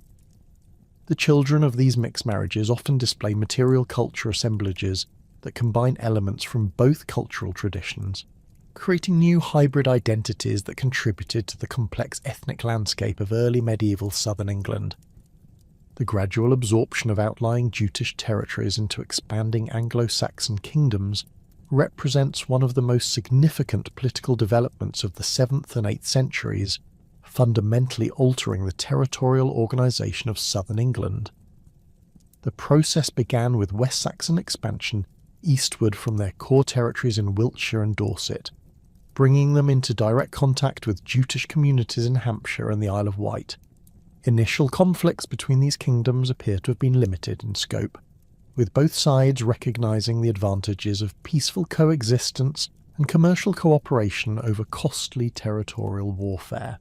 The West Saxon conquest of the Isle of Wight, traditionally dated to 686 AD under King Caedwalla, marked the end of independent Jutish political authority in southern England outside of Kent.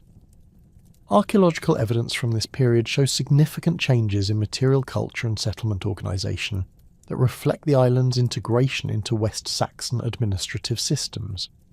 However, the transition appears to have been relatively peaceful, with many Jutish cultural traditions continuing under West Saxon rule. The survival of distinctive Jutish place names and archaeological evidence for continued craft production using traditional techniques suggests that cultural assimilation occurred gradually rather than through immediate replacement. The incorporation of Hampshire's Jutish communities into Wessex followed similar patterns, with West Saxon political control being established through negotiated agreements rather than military conquest. The smaller scale of these Jutish settlements made resistance impractical, while the strategic value of their locations made peaceful incorporation advantageous for both sides. Archaeological evidence indicates that many Jutish families remained in their traditional territories under West Saxon rule, maintaining their cultural identity while adapting to new political circumstances. The continued use of traditional Jutish burial practices and material culture styles for several generations after political incorporation demonstrates the persistence of ethnic identity despite changing political allegiances. The administrative integration of former Jutish territories into West Saxon governmental systems required careful accommodation of existing social structures and legal traditions. The West Saxon rulers appear to have recognised the value of maintaining local administrative expertise while implementing standardised legal and taxation systems across their expanded territories. Documentary evidence suggests that many Jutish nobles retained their local authority under West Saxon overlordship, creating hybrid administrative systems that combined West Saxon political control with traditional Jutish social organisation. The economic consequences of political integration varied significantly depending on local circumstances and the specific terms of incorporation agreements. The Isle of Wight's strategic position controlling cross-channel trade routes made it particularly valuable to West Saxon rulers, who invested in port facilities and commercial infrastructure that enhanced the island's economic importance. Archaeological evidence indicates increased trade activity and craft production following West Saxon incorporation, suggesting that political stability and access to larger markets benefited the island's economy despite the loss of political independence. The cultural legacy of the outlying Jutish territories persisted long after their political incorporation into other Anglo-Saxon kingdoms, influencing local traditions, artistic development, and social organisation in ways that remained visible for centuries. Place name evidence reveals the survival of Jutish linguistic elements in areas of former Jutish settlement, with distinctive toponymic patterns that differ from standard West Saxon naming conventions. These linguistic survivals provide evidence for the continued presence of Jutish-speaking populations and the maintenance of cultural identity despite political assimilation. Archaeological evidence from the 8th and 9th centuries shows the gradual evolution of material culture traditions in former Jutish territories, with traditional Jutish decorative motifs and manufacturing techniques being adapted to new political and cultural circumstances. the persistence of distinctive artistic traditions in metalwork, pottery production, and textile manufacturing demonstrates the continued influence of Jutish cultural identity on regional development. These traditions eventually merged with broader Anglo-Saxon cultural patterns, but retained distinctive characteristics that marked their Jutish origins and contributed to the complex cultural landscape of early medieval England. The religious transformation of outlying Jutish territories followed patterns similar to those observed in Kent, though often occurring later and with greater accommodation of local traditional practices. The establishment of Christian churches and monasteries in former Jutish areas typically involved the adaptation of existing sacred sites, rather than the construction of entirely new religious complexes.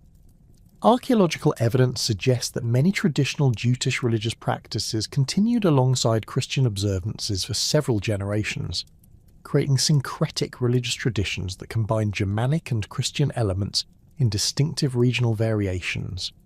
The consolidation of Mercian power under King Offa during the late 8th century fundamentally altered the political landscape of southeastern England, placing unprecedented pressure on Kentish independence and forcing Jutish rulers to navigate increasingly complex diplomatic relationships with their expanding neighbours.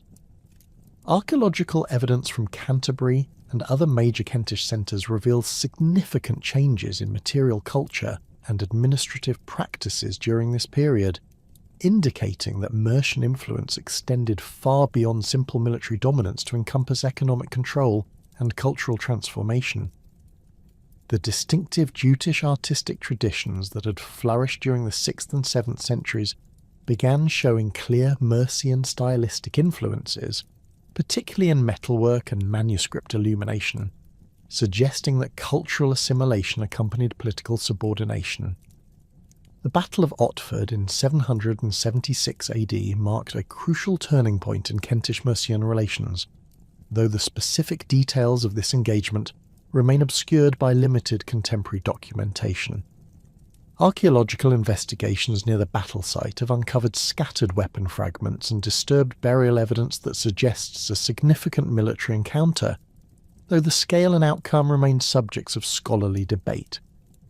What appears certain is that this conflict established Mercian military superiority over Kent, while simultaneously demonstrating the continued resistance capabilities of Jutish forces.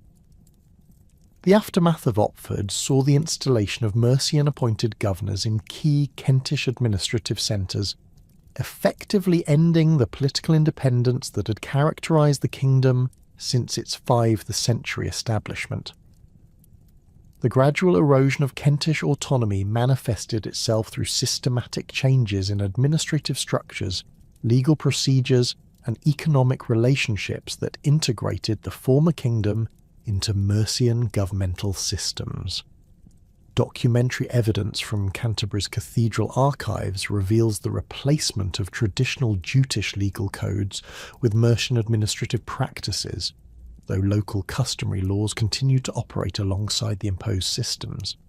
The taxation records from this period indicate substantial tribute payments flowing from Kent to Mercian royal centres, representing a fundamental shift from the economic independence that had previously characterised Jutish political organisation.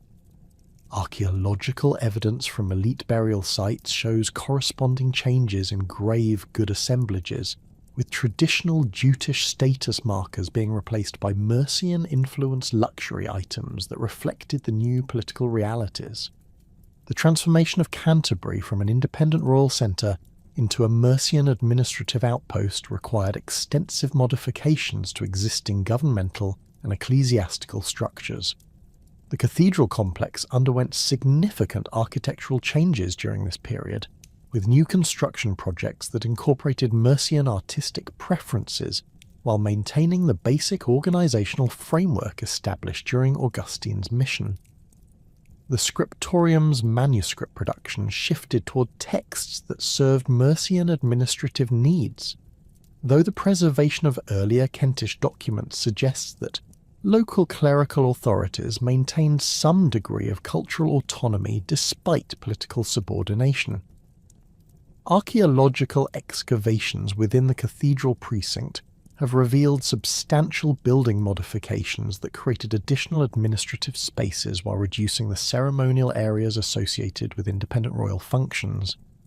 The economic consequences of Mercian domination extended throughout Kentish society, affecting craft production, agricultural organisation, and commercial relationships in ways that fundamentally altered traditional Jutish social structures. The specialised workshops that had produced distinctive Kentish metalwork and textiles experienced significant disruption as Mercian authorities redirected production toward goods that served broader political needs rather than local cultural preferences. Archaeological evidence from workshop sites shows changes in manufacturing techniques and decorative schemes that reflect the imposition of Mercian artistic standards, though traditional Jutish motifs continued to appear in modified forms that demonstrated cultural persistence despite political pressure. The disruption of traditional trade relationships proved particularly damaging to Kentish economic stability, as Mercian control over cross-channel commerce reduced the revenues that had previously supported royal administration and military activities. The port facilities at Dover, Sandwich, and other coastal centres came under direct Mercian supervision, with customs revenues being diverted to support Mercian rather than Kentish political priorities. Archaeological evidence from trading sites reveals changes in the types and quantities of imported goods, suggesting that commercial relationships with continental European markets became increasingly regulated by Mercian rather than Kentish authorities. The reduction in luxury imports found in contemporary Kentish elite burials reflects the economic constraints that accompanied political subordination. The emergence of Wessex as a major political force during the early 9th century created additional pressures on the already weakened Kentish kingdom, as West Saxon territorial expansion brought them into direct competition with both Mercian and Jutish interests. The complex diplomatic relationships between these three kingdoms required careful navigation by Kentish leaders seeking to maintain some degree of autonomy while avoiding complete absorption by either expanding power. Archaeological evidence from border regions reveals increased fortification activities and military preparations that indicate heightened tensions between competing territorial claims. The construction of defensive earthworks and the establishment of fortified settlements along traditional boundaries demonstrate the militarization of political relationships that characterized this period of political instability. King Egbert's victory over the Mercians at the Battle of Ellendun in 825 AD fundamentally altered the political balance of southern England, creating opportunities for West Saxon expansion while simultaneously threatening the remaining vestiges of Kentish independence. The immediate aftermath of this battle saw West Saxon forces advancing rapidly through southeastern England, encountering limited resistance from Kentish armies that had been weakened by decades of Mercian domination. Archaeological evidence from Canterbury suggests that the city submitted to West Saxon authority without significant military resistance, though the transition involved substantial changes in administrative personnel and governmental procedures. The formal incorporation of Kent into the West Saxon kingdom under Egbert's direct rule marked the end of independent Jutish political authority in Britain, though the process of integration proved more complex than simple military conquest. West Saxon administrators recognised the value of maintaining existing ecclesiastical and commercial structures, while implementing standardised legal and taxation systems that served broader political objectives. The cathedral authorities in Canterbury retained significant autonomy in religious matters, while secular administration came under direct West Saxon control through appointed governors who replaced the traditional Jutish royal household. Archaeological evidence from elite residential sites shows the displacement of traditional Kentish nobility by West Saxon administrators, though many local families retained their properties under the new political arrangements. The administrative integration of Kent into Wessex required careful accommodation of existing social structures and legal traditions that had developed over 3 centuries of independent political development. Alfred the Great's legal reforms during the late 9th century formally codified the relationship between Kentish, customary law and West Saxon administrative practices, creating hybrid legal systems that maintained local cultural identity while ensuring political compliance. The survival of distinctive Kentish legal procedures in Alfred's law code demonstrates the persistence of Jutish cultural traditions despite political assimilation, though these practices operated within frameworks established by West Saxon royal authority, rather than independent Jutish political institutions. The impact of Viking raids on Jutish territories began during the 830s and intensified throughout the 9th century, creating military pressures that exceeded the defensive capabilities of both independent and subordinated Kentish forces. The first recorded Viking attack on Canterbury occurred in 851 AD, when a substantial Danish fleet sailed up the Thames and launched coordinated assaults on both London and Canterbury simultaneously.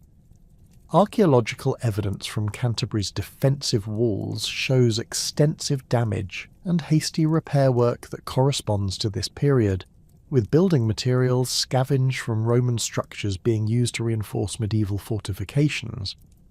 The cathedral treasury records substantial losses of precious objects and manuscripts, indicating that the raiders successfully penetrated the city's defences and conducted systematic looting operations. The strategic importance of Kent's coastal position made it a primary target for Viking raiding activities, as the numerous harbours and river mouths provided ideal bases for launching attacks on both English and continental European targets. The Thames estuary became a particular focus of Viking activity, with raiding fleets establishing temporary camps on the Isle of Sheppey and other strategic locations that provided access to both river and coastal navigation routes. Archaeological excavations on Sheppey have uncovered extensive evidence of 9th century Viking occupation, including distinctive Scandinavian metalwork, ship fittings, and burial practices that demonstrate substantial Norse settlement rather than temporary raiding bases. The Viking establishment of winter camps in Kent during the 850s and 860s created sustained military pressure that overwhelmed local defensive capabilities and required coordinated responses from West Saxon royal forces. The camp at Thanet, established in 865 AD, served as a base for Viking operations throughout southeastern England for several years, demonstrating the raiders' ability to maintain permanent military presence in Jutish territories. Archaeological evidence from the Thanet site reveals substantial defensive earthworks and organised settlement areas that accommodated hundreds of warriors along with their equipment, supplies and captured goods. The scale of these installations indicates that Viking forces viewed Kent as conquered territory suitable for long-term occupation rather than merely temporary raiding targets. The systematic Viking attacks on Canterbury's religious institutions represented deliberate targeting of the wealth and symbolic importance of England's primary ecclesiastical centre. The raid of 1011 AD proved particularly devastating, resulting in the capture of Archbishop Althea and the extraction of massive tribute payments that drained resources throughout southeastern England. Contemporary accounts describe the systematic looting of cathedral treasures, the destruction of manuscripts and religious artefacts, and the disruption of ecclesiastical administration that had served as the foundation of Kentish cultural identity since Augustine's mission. Archaeological evidence from Canterbury's monastic sites shows extensive fire damage and deliberate destruction that corresponds to documented Viking attacks, with many buildings requiring complete reconstruction during subsequent recovery periods. The coastal settlements of Kent suffered repeated Viking attacks that disrupted traditional economic activities and forced substantial population movements away from vulnerable shoreline locations. The ports of Dover, Sandwich, and Richborough experienced systematic raiding that destroyed harbour facilities commercial buildings, and residential areas while capturing or killing substantial portions of their populations. Archaeological evidence from these sites reveals layers of destruction debris containing burned timber, melted metal objects, and scattered human remains that testify to the violence and thoroughness of Viking attacks. The subsequent abandonment of many coastal settlements and the establishment of new communities in more defensible inland locations demonstrate the profound impact of Viking raiding on traditional Jutish settlement patterns. The agricultural disruption caused by Viking raids extended far beyond immediate battle damage to encompass systematic destruction of crops, livestock, and farming infrastructure that undermined the economic foundations of Jutish society. Contemporary accounts describe Viking forces deliberately destroying grain stores, killing livestock, and burning agricultural buildings to prevent local populations from supporting resistance activities. Archaeological evidence from rural settlement sites shows widespread abandonment during peak raiding periods, with many farmsteads remaining unoccupied for decades after initial attacks. The disruption of agricultural production created food shortages that weakened overall population health and reduced the demographic resources available for military defence.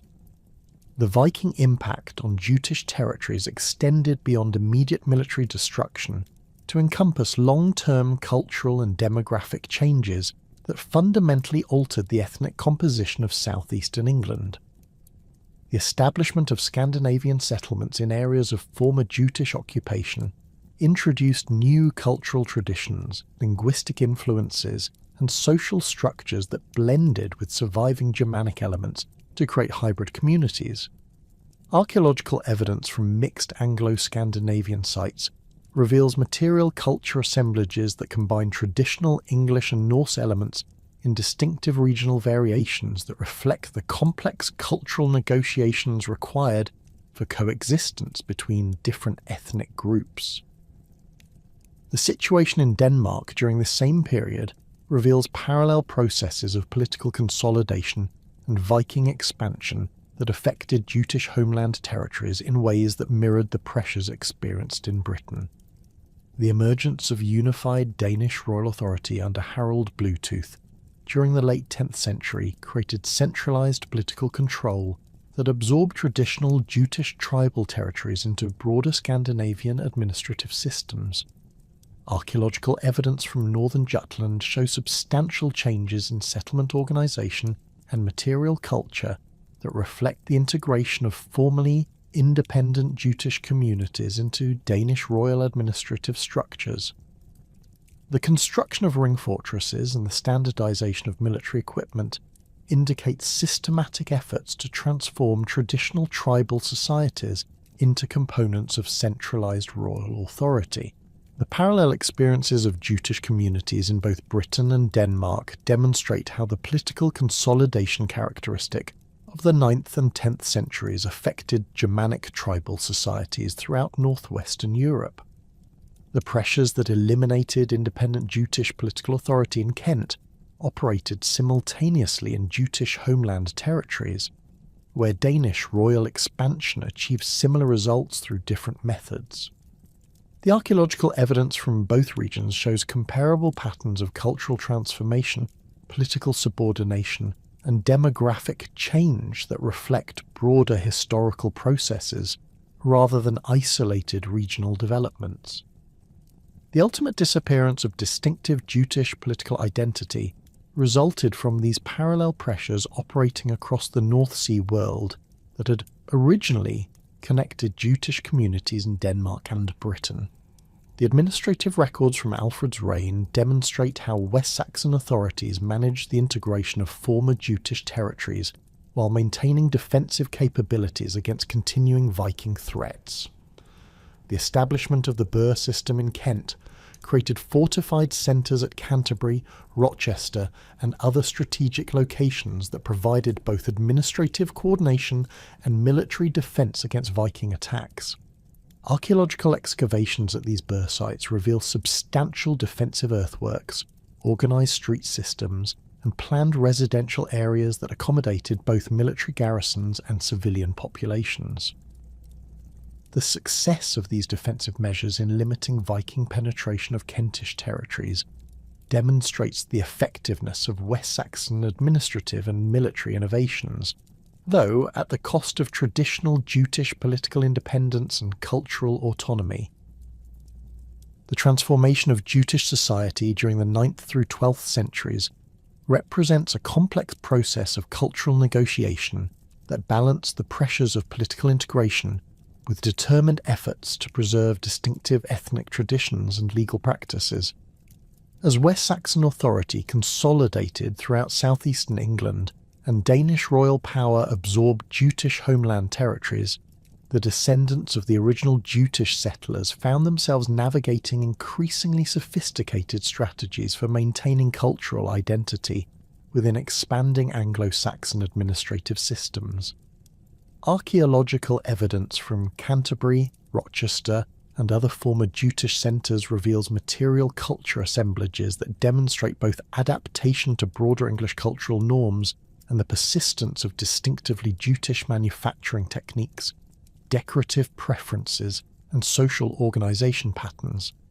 The gradual integration of Jutish populations into Anglo-Saxon society proceeded through multiple generations of intermarriage, economic cooperation, and administrative collaboration that created hybrid cultural identities while preserving core elements of Germanic tribal tradition. Cemetery evidence from the 9th and 10th centuries shows burial assemblages that combine traditional Jutish grave goods with Anglo-Saxon status markers, indicating that ethnic identity remained significant even as political boundaries shifted. The cemetery at Eastry provides particularly clear evidence of this cultural blending, with graves containing characteristic Jutish brooches alongside Anglo-Saxon weaponry and Christian religious symbols that reflect the complex negotiations required for maintaining cultural distinctiveness within integrated political systems. The persistence of Jutish craft traditions within Anglo-Saxon workshops demonstrates how ethnic communities preserved technical knowledge and artistic preferences despite changing political circumstances. Metalworking analysis from Canterbury reveals the continued production of brooches, belt fittings, and decorative objects that display traditional Jutish design elements, though adapted to serve broader market demands and aesthetic preferences.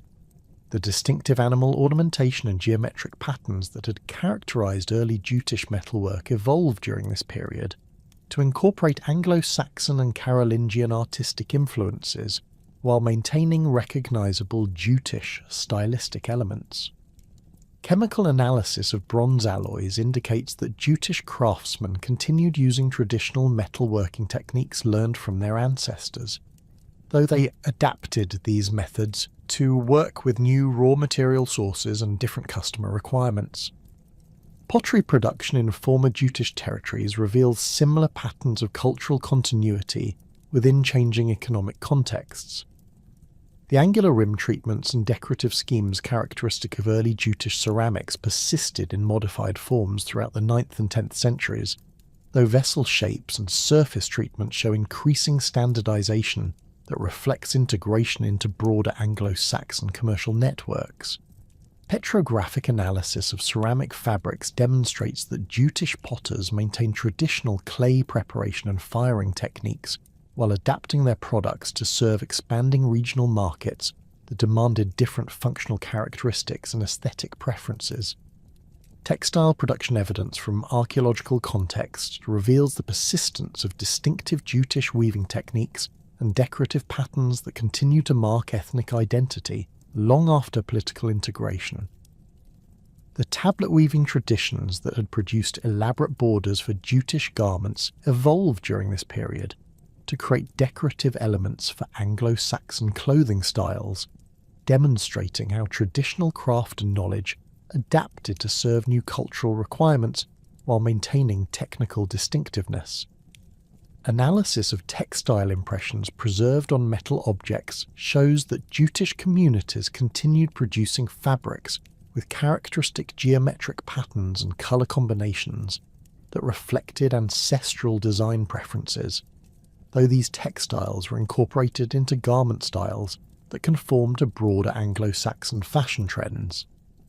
The architectural evidence from former Jutish settlements reveals building traditions that combine traditional Germanic construction techniques with Anglo-Saxon and Norman innovations to create distinctive regional styles.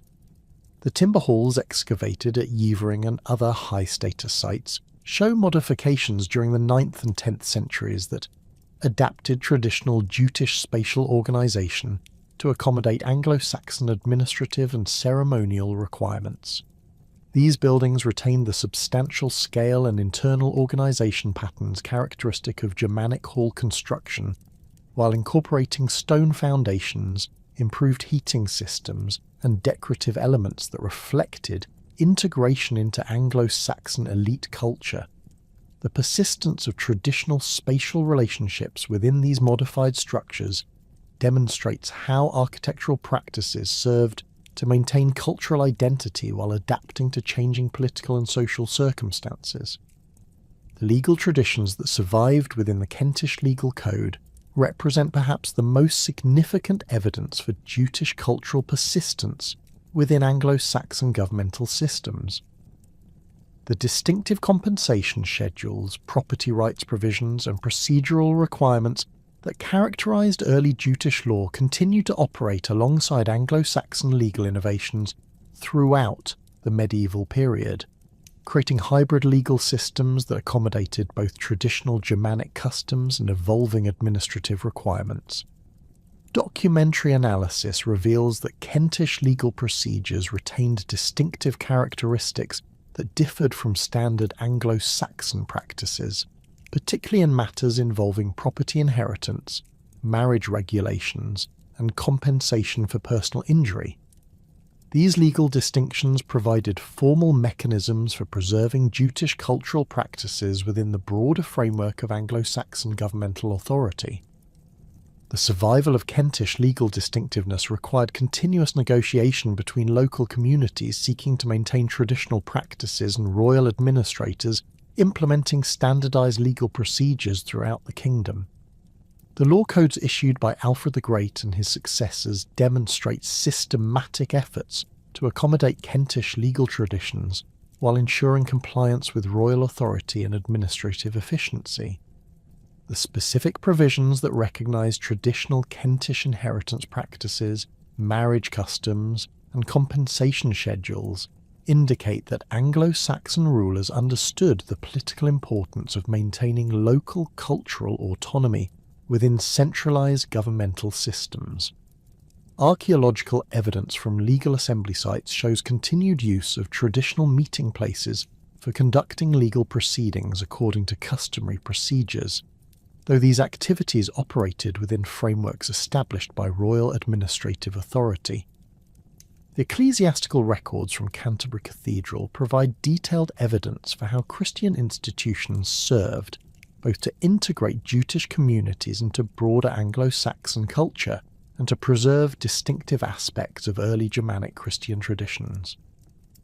The cathedral scriptorium continued producing manuscripts that preserved early Jutish religious texts, legal documents, and historical records alongside standard Anglo-Saxon liturgical and administrative materials.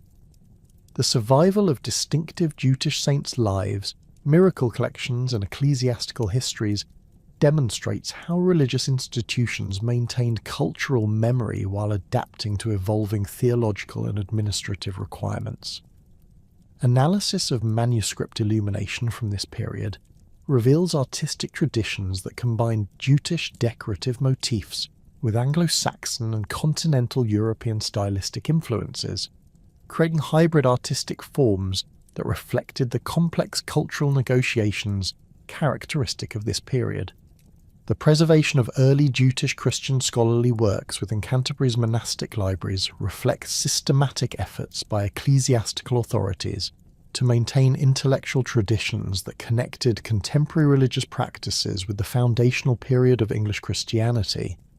The texts preserved from Augustine's original mission and subsequent early Christian development in Kent provided theological and historical authority that enhanced Canterbury's position within Anglo-Saxon ecclesiastical hierarchies while preserving distinctive aspects of Jutish Christian identity. The copying and preservation of these materials required substantial investment in scribal resources and manuscript production that demonstrated the continued importance of Jutish Christian traditions for broader English religious development. Archaeological evidence from the 9th through 12th centuries reveals changing patterns in settlement organisation that reflect both the integration of Jutish communities into Anglo-Saxon administrative systems and the persistence of traditional social structures adapted to new political circumstances.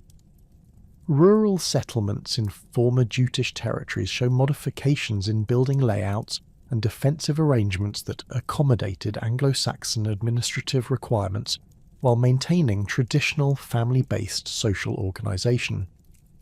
The positioning of residential buildings relative to agricultural areas, craft production zones, and community gathering spaces continue to follow patterns established during the initial settlement period, though these arrangements were modified to serve expanding economic activities and administrative functions. The urban development of Canterbury during this period demonstrates how former royal centres adapted to serve new functions within Anglo-Saxon administrative and ecclesiastical hierarchies.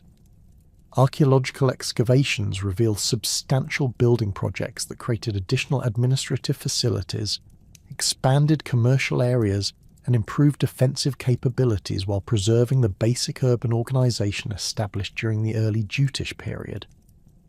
The street layout, property boundaries, and public spaces that had developed during Canterbury's period as an independent royal centre continued to influence urban development throughout the Anglo-Saxon period, creating distinctive urban characteristics that reflected Jutish planning traditions within evolving English urban forms. Material culture analysis from domestic contexts reveals how Jutish families maintained cultural identity through daily practices and household organisation while participating in broader Anglo-Saxon economic and social networks. The domestic assemblages from 9th and 10th century sites contain combinations of traditional Jutish household items with Anglo-Saxon manufactured goods that reflect both cultural persistence and adaptive integration. Cooking vessels, storage containers, and personal items display hybrid characteristics that combine traditional Jutish functional requirements with Anglo-Saxon aesthetic preferences and manufacturing techniques. The spatial organisation of domestic activities within households continued to follow traditional patterns that reflected Germanic family structures and social relationships, though these practices were adapted to accommodate changing economic activities and administrative requirements. The evidence for continuing cultural exchange between former Jutish territories in England and Scandinavian homeland regions demonstrates how ethnic communities maintained connections across political boundaries through commercial relationships, marriage alliances, and religious contacts. Archaeological evidence from trading sites reveals continued importation of Scandinavian goods and raw materials that served both practical needs and cultural identity maintenance for Jutish communities in England.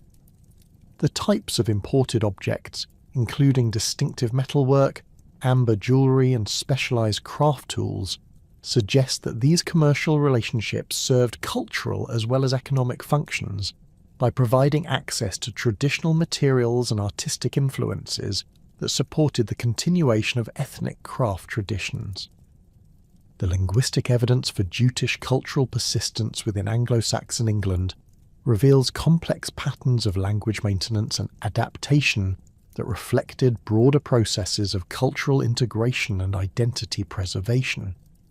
Placename analysis indicates that distinctive Jutish toponymic elements survived throughout the medieval period in areas of concentrated early settlement, though these names were often modified to conform to Anglo-Saxon linguistic patterns while retaining recognisable Jutish elements.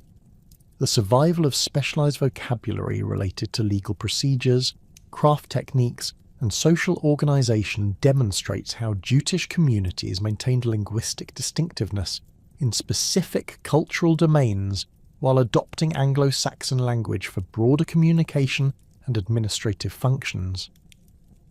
The integration of Jutish military traditions into Anglo-Saxon warfare demonstrates how ethnic communities contributed specialised knowledge and capabilities to broader defensive efforts while maintaining distinctive cultural practices. Archaeological evidence from weapon deposits and fortification sites reveals continued use of traditional Jutish military equipment and tactical approaches adapted to serve Anglo-Saxon strategic requirements. The distinctive spear types, shield construction techniques, and defensive earthwork designs that had characterised early Jutish military practices evolved during this period to incorporate Anglo-Saxon innovations while maintaining recognisable ethnic characteristics that reflected traditional warrior culture and military organisation. The role of Jutish noble families in Anglo-Saxon administrative systems demonstrates how ethnic elites negotiated the transition from independent political authority to subordinate administrative roles while preserving social status and cultural influence. Genealogical analysis of surviving family records reveals marriage patterns and inheritance practices that maintain traditional Jutish kinship structures within Anglo-Saxon political hierarchies. These families served as cultural intermediaries who facilitated the integration of Jutish communities into broader Anglo-Saxon society while preserving traditional social relationships and cultural practices that maintained ethnic identity across multiple generations. The economic specialisation that developed in former Jutish territories during this period reflects both the integration of ethnic communities into broader Anglo-Saxon commercial networks and the persistence of traditional craft knowledge and production techniques that served expanding markets. The development of specialised production centres for metalwork, textiles and ceramic goods demonstrated how Jutish craftsmen adapted traditional techniques to serve new market demands while maintaining the quality standards and artistic preferences that characterise their ancestral craft traditions. Archaeological evidence from workshop sites reveals production techniques and decorative schemes that combined traditional Jutish methods with Anglo-Saxon innovations to create distinctive regional products that serve both local cultural needs and broader commercial markets. The transformation of Jutish cultural identity from lived reality to historical memory began during the late Anglo-Saxon period, as chroniclers and scholars attempted to construct coherent narratives explaining the origins and development of England's Germanic kingdoms.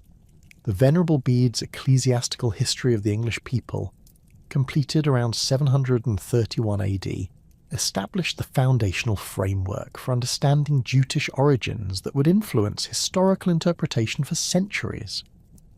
Bede's account, drawing upon oral traditions, documentary sources, and contemporary political knowledge, identified the Jutes as one of three primary Germanic peoples who'd settled in Britain, specifically crediting them with the establishment of Kent and the Isle of Wight.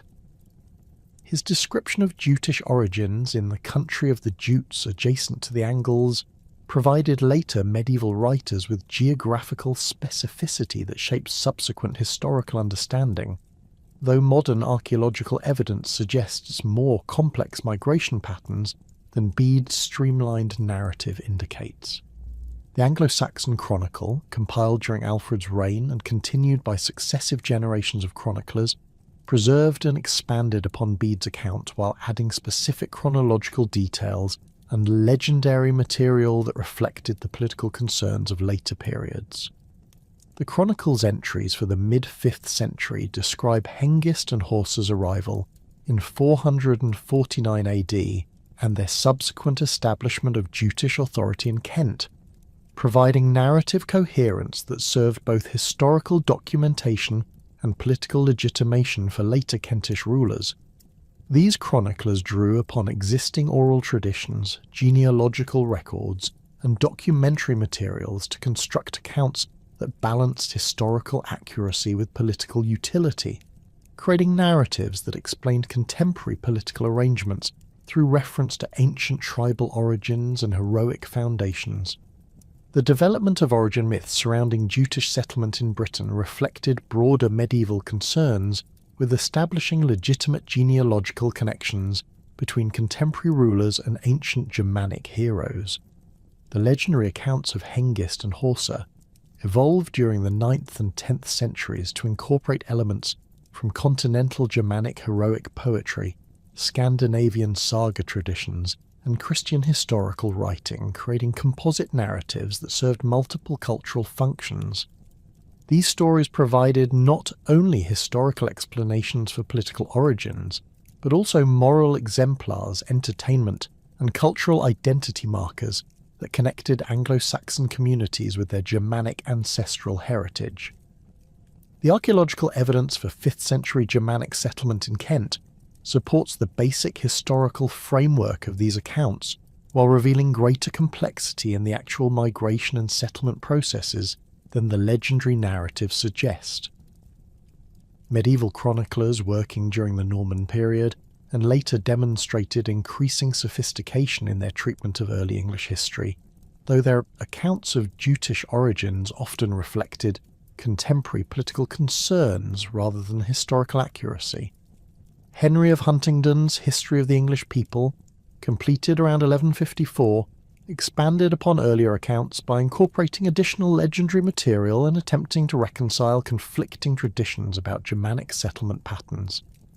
His work demonstrates how medieval historians approached early English history as a means of understanding contemporary political relationships and cultural identities, using ancient tribal distinctions to explain regional variations in law, custom, and social organisation that persisted into their own time.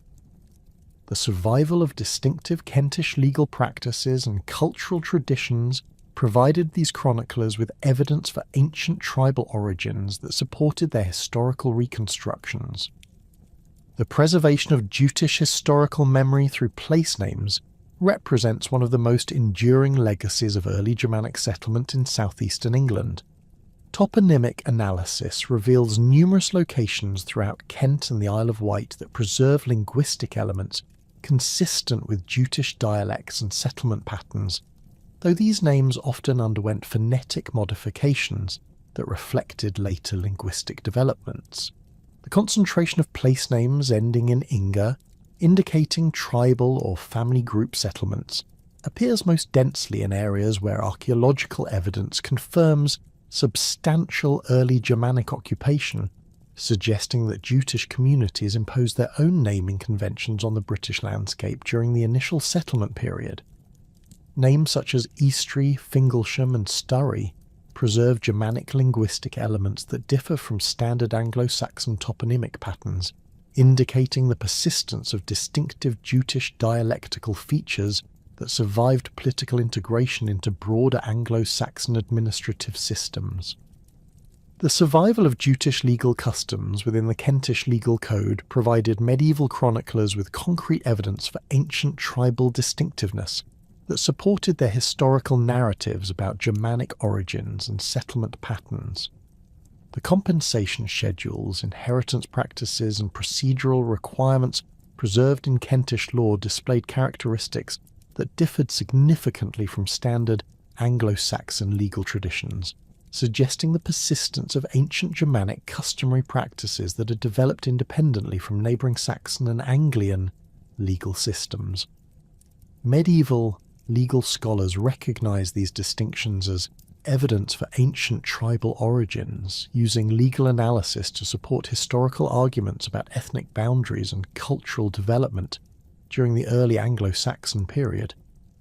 The systematic documentation of these legal differences in royal law codes and ecclesiastical records ensured their preservation and provided later historians with detailed evidence for reconstructing early Germanic social organisation and cultural practices. Local traditions preserved within Kentish communities maintained oral historical knowledge that complemented and sometimes contradicted the written accounts produced by medieval chroniclers. These traditions, transmitted through family genealogies, community festivals, and local religious observances, preserved detailed knowledge about specific settlements, family histories, and cultural practices that provided alternative perspectives on early Germanic development. The archaeological investigation of sites mentioned in local traditions has often confirmed the historical accuracy of orally transmitted information, demonstrating the reliability of community memory for preserving specific details about ancient settlement patterns and social organisation. The integration of oral traditions with documentary sources and archaeological evidence provides modern historians with more complete understanding of Jutish cultural development than would be possible through any single type of evidence. The medieval church's role in preserving Jutish historical memory extended beyond simple documentary preservation to encompass the maintenance of cultural traditions and religious practices that connected contemporary communities with their Germanic Christian origins. Canterbury Cathedral's archives preserved extensive collections of early charters, legal documents, and ecclesiastical records that documented the development of Christian institutions within Jutish society, providing detailed evidence for religious transformation and cultural adaptation during the conversion period. The preservation of saints' lives, miracle collections, and liturgical texts associated with early Kentish Christianity maintain cultural memory of the distinctive characteristics of Jutish religious development, emphasising the kingdom's role as the foundation of English Christianity and the centre of ecclesiastical learning and authority. Monastic chroniclers at Canterbury and Rochester developed sophisticated historical narratives that emphasise the continuity between ancient Jutish settlement and contemporary ecclesiastical authority, using historical writing to support claims for religious and political precedence within Anglo-Saxon England. These chroniclers preserve detailed accounts of Augustine's mission, the conversion of Ethelbert, and the subsequent development of Christian institutions that established Canterbury's position as the primary episcopal seat of English Christianity.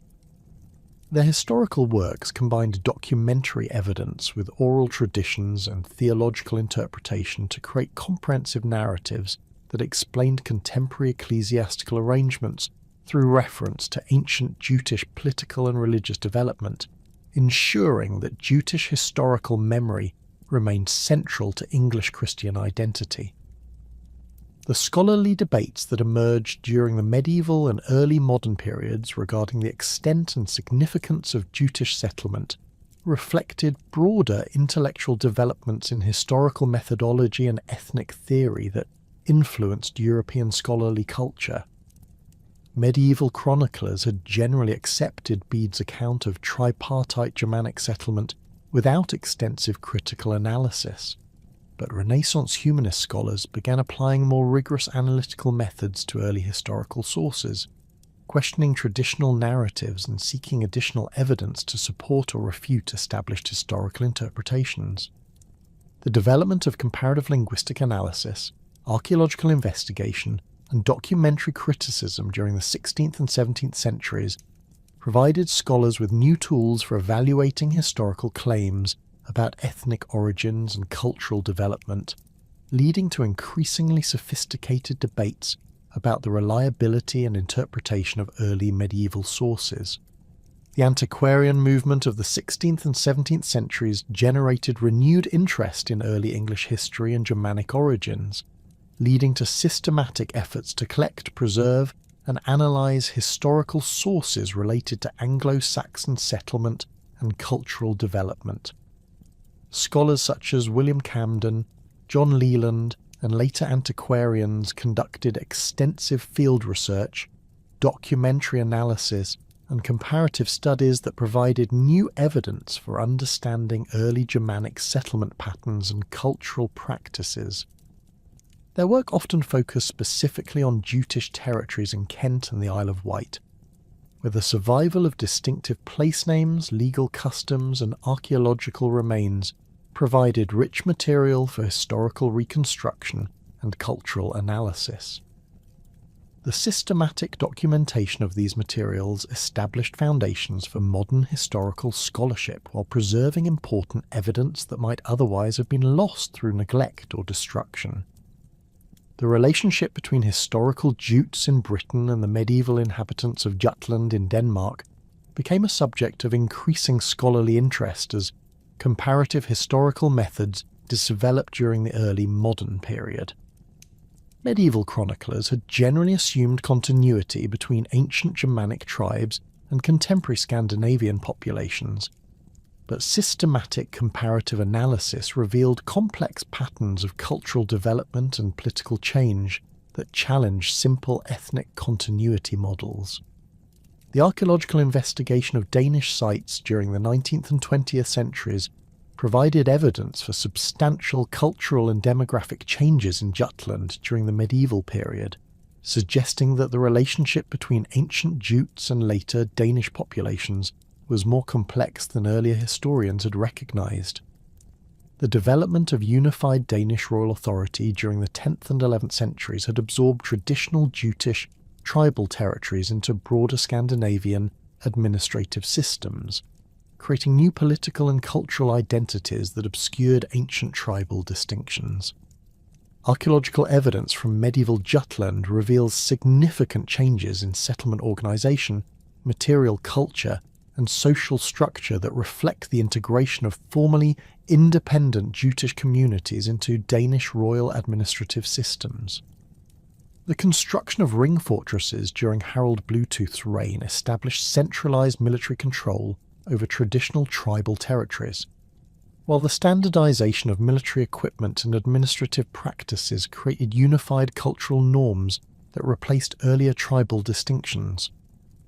The archaeological record from this period shows the gradual disappearance of distinctively Jutish material culture traditions as local communities adapted to serve broader Danish political and economic requirements, though certain craft techniques and artistic motifs persisted in modified forms that maintained connections with ancient cultural traditions.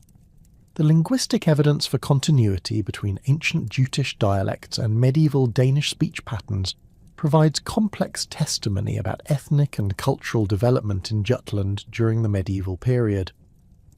Comparative linguistic analysis suggests that certain phonetic characteristics and vocabulary items preserved in medieval Danish dialects may reflect ancient Jutish linguistic traditions, though centuries of political integration and cultural contact had substantially modified original tribal speech patterns.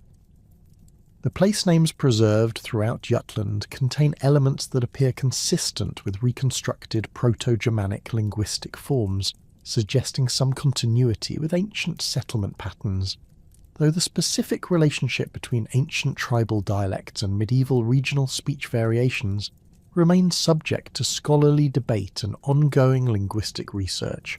The development of Danish national identity during the medieval period incorporated references to ancient tribal origins that included Jutish historical traditions, though these references were adapted to serve contemporary political and cultural requirements rather than preserve accurate historical memory. The royal genealogies compiled during the 12th and 13th centuries attempted to trace Danish royal authority back to ancient Germanic heroes and tribal leaders, including figures associated with Jutish legendary traditions, though these genealogical constructions reflected medieval political needs rather than historical accuracy. The integration of ancient tribal references into Danish national narratives demonstrates how medieval societies used historical memory to legitimize contemporary political arrangements while adapting ancient cultural traditions to serve new social and political functions. The scholarly investigation of Jutish origins and development during the 18th and 19th centuries benefited from advances in comparative linguistics, archaeological methodology, and historical criticism that provided new tools for analysing early medieval sources and cultural evidence. The development of Germanic philology enabled scholars to trace linguistic relationships between ancient tribal dialects and modern European languages, while archaeological excavation provided material evidence for early settlement patterns and cultural practices that could be compared with documentary sources. These methodological advances led to increasingly sophisticated understanding of Germanic migration patterns and cultural development, though scholarly debates about specific aspects of Jutish origins and settlement continued to reflect the limitations of available evidence and the complexity of early medieval cultural processes. The preservation of Jutish historical memory within English local traditions continued throughout the medieval and early modern periods, maintaining community knowledge about ancient settlement patterns, family genealogies, and cultural practices that complemented the written historical record. The oral traditions preserved in Kentish communities often contain specific details about local history and cultural development that provided alternative perspectives on the processes of Germanic settlement and cultural integration. These traditions, while subject to modification and elaboration over time, frequently preserved accurate information about ancient settlement sites, family relationships, and cultural practices that archaeological investigation has confirmed, demonstrating the reliability of community memory for maintaining historical knowledge across multiple generations. The integration of Jutish historical memory into broader English national narratives during the medieval and early modern periods reflected the political importance of Germanic origins for legitimizing English cultural identity and political authority. The emphasis on Germanic tribal origins in English historical writing served to distinguish English cultural development from Celtic and Romano-British traditions, while establishing connections with continental European political and cultural traditions.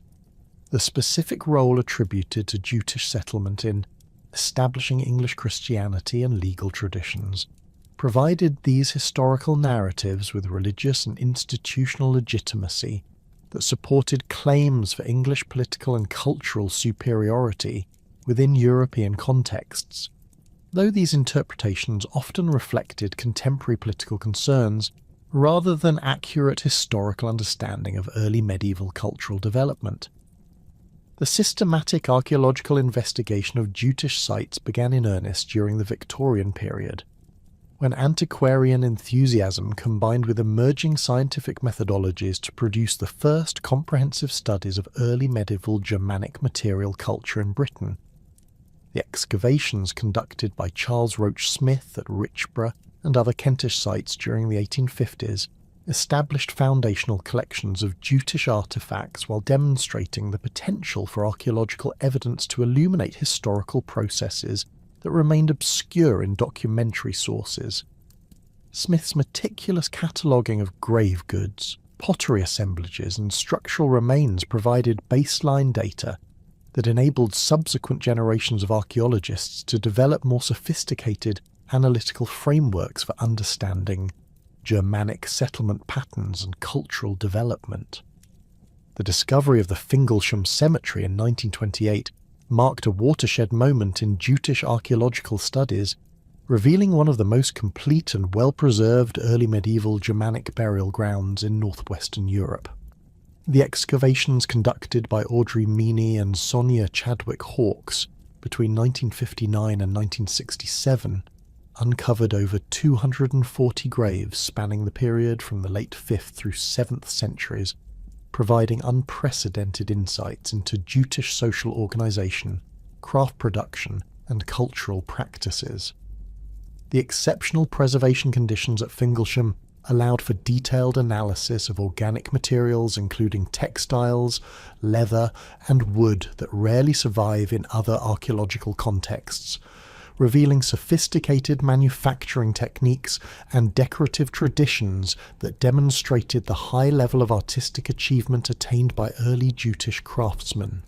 The grave assemblages from Fingalsham reveal complex patterns of social stratification and cultural identity that challenged earlier assumptions about Germanic tribal organisation and settlement processes.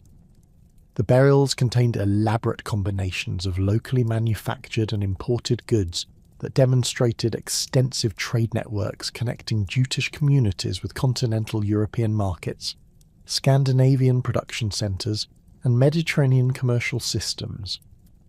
Chemical analysis of glass vessels, amber beads, and metal objects revealed sourcing patterns that indicated systematic long-distance exchange relationships rather than occasional trading contacts, suggesting that Jutish communities participated in sophisticated economic networks that spanned much of early medieval Europe.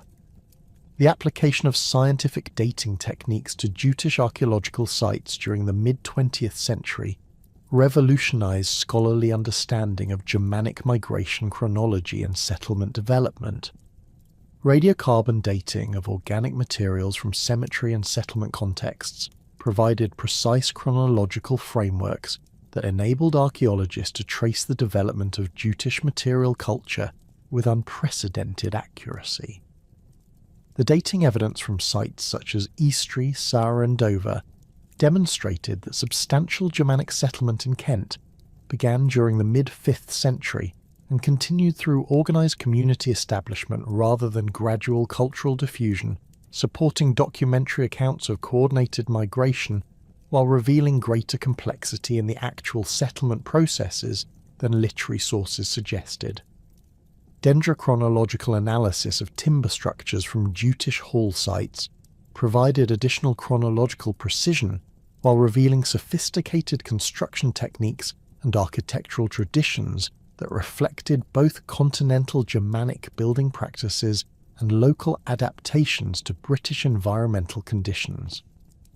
The timber halls excavated at Cowdrey's Down and Yeavering displayed construction sequences that could be dated to specific years, enabling archaeologists to trace the development of elite residential architecture and social organisation with remarkable precision. The analysis of construction techniques, spatial organisation, and decorative elements revealed architectural traditions that maintained clear connections with Scandinavian building practices while incorporating innovations that reflected adaptation to British political and environmental circumstances. The development of ceramic analysis techniques during the 1960s and 1970s provided archaeologists with powerful tools for tracing cultural connections and population movements across the North Sea. Petrographic analysis of pottery fabrics revealed that early Jutish ceramics in Kent contained mineral inclusions and clay compositions consistent with northern Danish geological sources, providing direct evidence for either vessel importation or the migration of potters who brought traditional raw materials with them. The identification of specific temper materials and manufacturing techniques that appeared in both Danish and Kentish contexts demonstrated technological continuity that supported arguments for substantial population movement rather than simple cultural influence or trade relationships. Technological analysis of metalworking remains from Jutish sites revealed sophisticated production techniques that combined traditional Germanic smithing methods with innovations developed in response to British raw material sources and market demands. X-ray analysis of weapons and jewellery from cemetery contexts demonstrated advanced pattern welding techniques, complex alloy compositions, and decorative inlay methods that required considerable technical expertise and specialised equipment. The consistency of manufacturing standards across multiple sites indicated centralised production systems or standardised training methods that maintained quality control and artistic coherence across geographically dispersed communities. The excavation of workshop areas at Canterbury and other Jutish centres during the 1980s and 1990s provided direct evidence for craft production organisation and technological capabilities that complemented the analysis of finished objects from burial contexts. The workshop remains included furnaces, anvils, crucibles, and waste products that reveal the full range of manufacturing activities conducted within Jutish communities, from basic ironworking to sophisticated jewellery production, requiring advanced technical knowledge and expensive raw materials. The spatial organisation of these workshop areas demonstrated specialised production zones that balanced efficiency requirements with safety considerations while maintaining the secrecy necessary for protecting valuable technical knowledge. Environmental archaeology techniques applied to Jutish settlement sites reveal detailed information about agricultural practices, dietary patterns, and landscape management that provided new perspectives on Germanic adaptation to British environmental conditions. Pollen analysis from settlement contexts demonstrated systematic forest clearance and agricultural intensification that supported larger populations than traditional British farming methods could sustain, indicating that Germanic settlers brought advanced agricultural techniques that enhanced land productivity. Faunal analysis revealed dietary patterns that combined traditional Germanic livestock management with exploitation of British wild resources, suggesting adaptive strategies that maximised food security while maintaining cultural dietary preferences.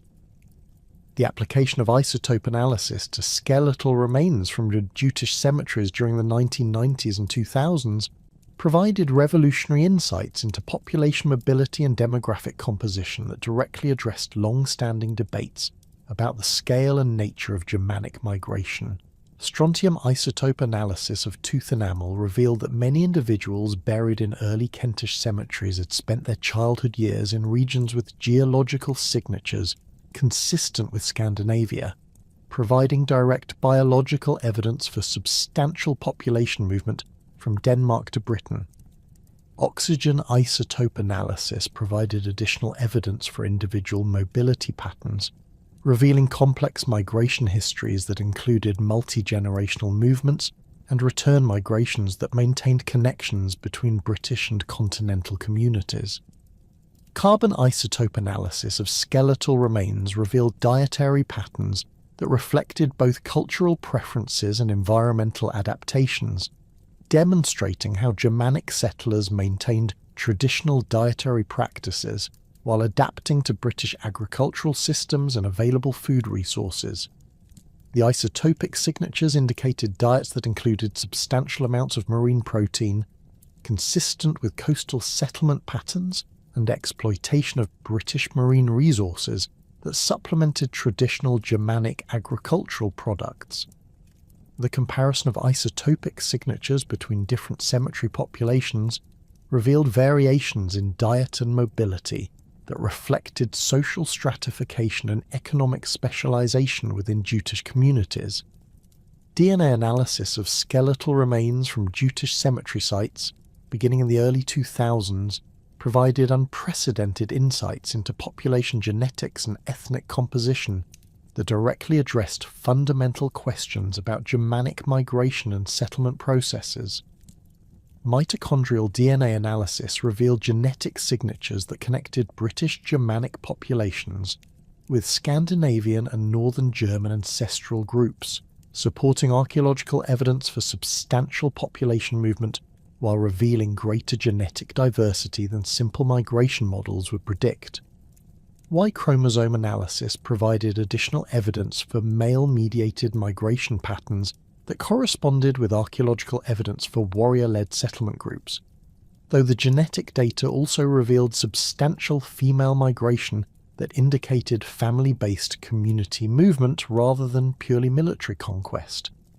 The comparison of ancient DNA signatures with modern population genetics revealed complex patterns of genetic continuity and change that demonstrated the long-term demographic impact of Germanic settlement while revealing subsequent population mixing and cultural integration.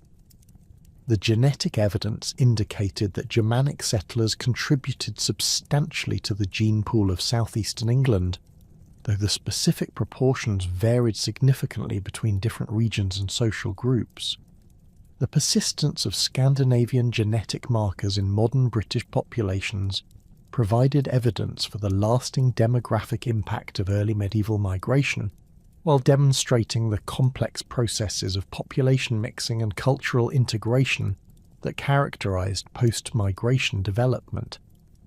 Contemporary scholarly debates about Germanic migration have been fundamentally transformed by the accumulation of archaeological and scientific evidence that provides new perspectives on long-standing historical questions about the scale, nature, and consequences of population movements during the early medieval period. The traditional migration model, which emphasized large-scale population replacement and cultural transformation through military conquest, has been challenged by evidence for more complex processes that combined substantial population movement with cultural accommodation, elite replacement, and gradual demographic integration. The archaeological evidence supports significant Germanic settlement while revealing greater continuity with Romano-British populations and cultural traditions than earlier models suggested. The cultural diffusion model, which emphasized the spread of Germanic cultural practices through trade, intermarriage, and elite adoption rather than mass population movement, has been modified by scientific evidence that demonstrates substantial population movement while acknowledging the important role of cultural transmission and adaptation in shaping post-migration development. The combination of archaeological, genetic, and isotopic evidence provides support for models that incorporate both significant population movement and complex processes of cultural integration, accommodation, and innovation that created hybrid societies combining Germanic and British elements in distinctive regional variations. Current archaeological research on Jutish sites continues to reveal new evidence for the complexity and sophistication of early Germanic society in Britain, challenging simplified narratives about barbarian conquest and cultural replacement, while demonstrating the advanced technological capabilities and social organisation that characterise these communities. Recent excavations at Eastry and other Kentish sites have uncovered evidence for planned settlement layouts, sophisticated drainage systems, and organised craft production areas that indicate systematic community development guided by experienced leadership and supported by substantial economic resources. The quality of construction techniques and the scale of building projects demonstrate capabilities that rival contemporary continental European achievements, while maintaining distinctively Germanic cultural characteristics. The investigation of Jutish settlement patterns using modern survey techniques and remote sensing technologies has revealed previously unknown sites and settlement networks that provide new insights into territorial organisation and population distribution during the early medieval period. Ground-penetrating radar and magnetometer surveys have identified numerous previously unknown hall sites, cemetery locations, and field systems that demonstrate the density and organisation of Germanic settlement throughout southeastern England. The systematic mapping of these sites reveals planned settlement networks that balanced agricultural productivity, defensive considerations, and administrative efficiency, while maintaining connections with continental European trade routes and political networks. Ongoing research into Jutish material culture continues to reveal new evidence for technological capabilities and artistic achievements that demonstrate the sophisticated cultural development attained by these communities during their period of political independence.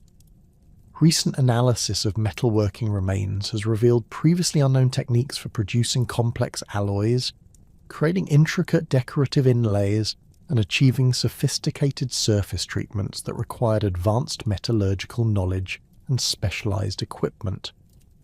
The discovery of previously unknown artifact types and decorative schemes provides evidence for continuing artistic innovation and cultural development that extended well beyond simple preservation of continental traditions. The current state of Jutish studies reflects the successful integration of archaeological, scientific, and documentary evidence that provides comprehensive understanding of Germanic settlement processes and cultural development while acknowledging the limitations of available evidence and the need for continued research. The archaeological record demonstrates conclusively that substantial Germanic settlement occurred in southeastern England during the 5th and 6th centuries, that these settlers maintained clear cultural connections with Scandinavian homelands while adapting to British conditions, and that they developed sophisticated political and economic systems that influenced English development for centuries. The scientific evidence provides direct support for significant population movement, while revealing complex patterns of cultural integration and demographic mixing that created hybrid societies combining Germanic and British elements. The ongoing research questions that continue to drive Jutish studies include detailed investigation of settlement organisation and territorial boundaries, analysis of economic systems and trade relationships, examination of religious transformation and cultural adaptation, and assessment of long-term demographic and cultural impact on English development. The application of new scientific techniques, including advanced DNA analysis, improved dating methods, and sophisticated material analysis, continues to provide new evidence while raising additional questions about the complexity of early medieval cultural processes. The integration of archaeological evidence with environmental data, demographic modelling, and comparative studies of contemporary European developments provides increasingly sophisticated understanding of the broader historical context within which Jutish settlement and cultural development occurred. The legacy of Jutish settlement in Britain extends far beyond the immediate political and cultural achievements of the early kingdoms to encompass fundamental contributions to English legal traditions, administrative practices, artistic development, and cultural identity that influenced the entire trajectory of English historical development. The legal innovations preserved in Kentish law codes provided foundational precedents for Anglo-Saxon legal development, while the administrative systems developed in Canterbury influenced governmental organisation throughout medieval England. The artistic traditions established by Jutish craftsmen contributed essential elements to the development of Anglo-Saxon art and architecture, while the cultural synthesis achieved through Germanic British integration provided models for subsequent processes of cultural accommodation and political integration. Modern scholarship has definitively established the Jutes as significant participants in the transformation of post-Roman Britain, whose contributions to English political, legal, cultural, and demographic development were far more substantial and enduring than their eventual political absorption might suggest. The archaeological and scientific evidence demonstrates that Jutish communities successfully established sophisticated societies that maintained distinctive cultural identities while adapting to British conditions and contributing essential elements to the complex cultural synthesis that characterised early medieval England. The ongoing research continues to reveal new dimensions of Jutish achievement while providing increasingly detailed understanding of the processes through which Germanic tribal societies transformed themselves and their adopted territories during one of the most significant periods of cultural transformation in European history. The comprehensive investigation of Jutish origins, migration, settlement, and cultural development demonstrates the essential role played by these Germanic communities in the foundation of English civilization, while revealing the complexity and sophistication of early medieval cultural processes that created the foundations for subsequent European development. Their story represents both a distinctive ethnic achievement and a crucial component of the broader historical processes that shaped medieval Europe, providing essential insights into the mechanisms through which cultural transformation, political innovation, and social adaptation combined to create new forms of civilization from the synthesis of diverse cultural traditions.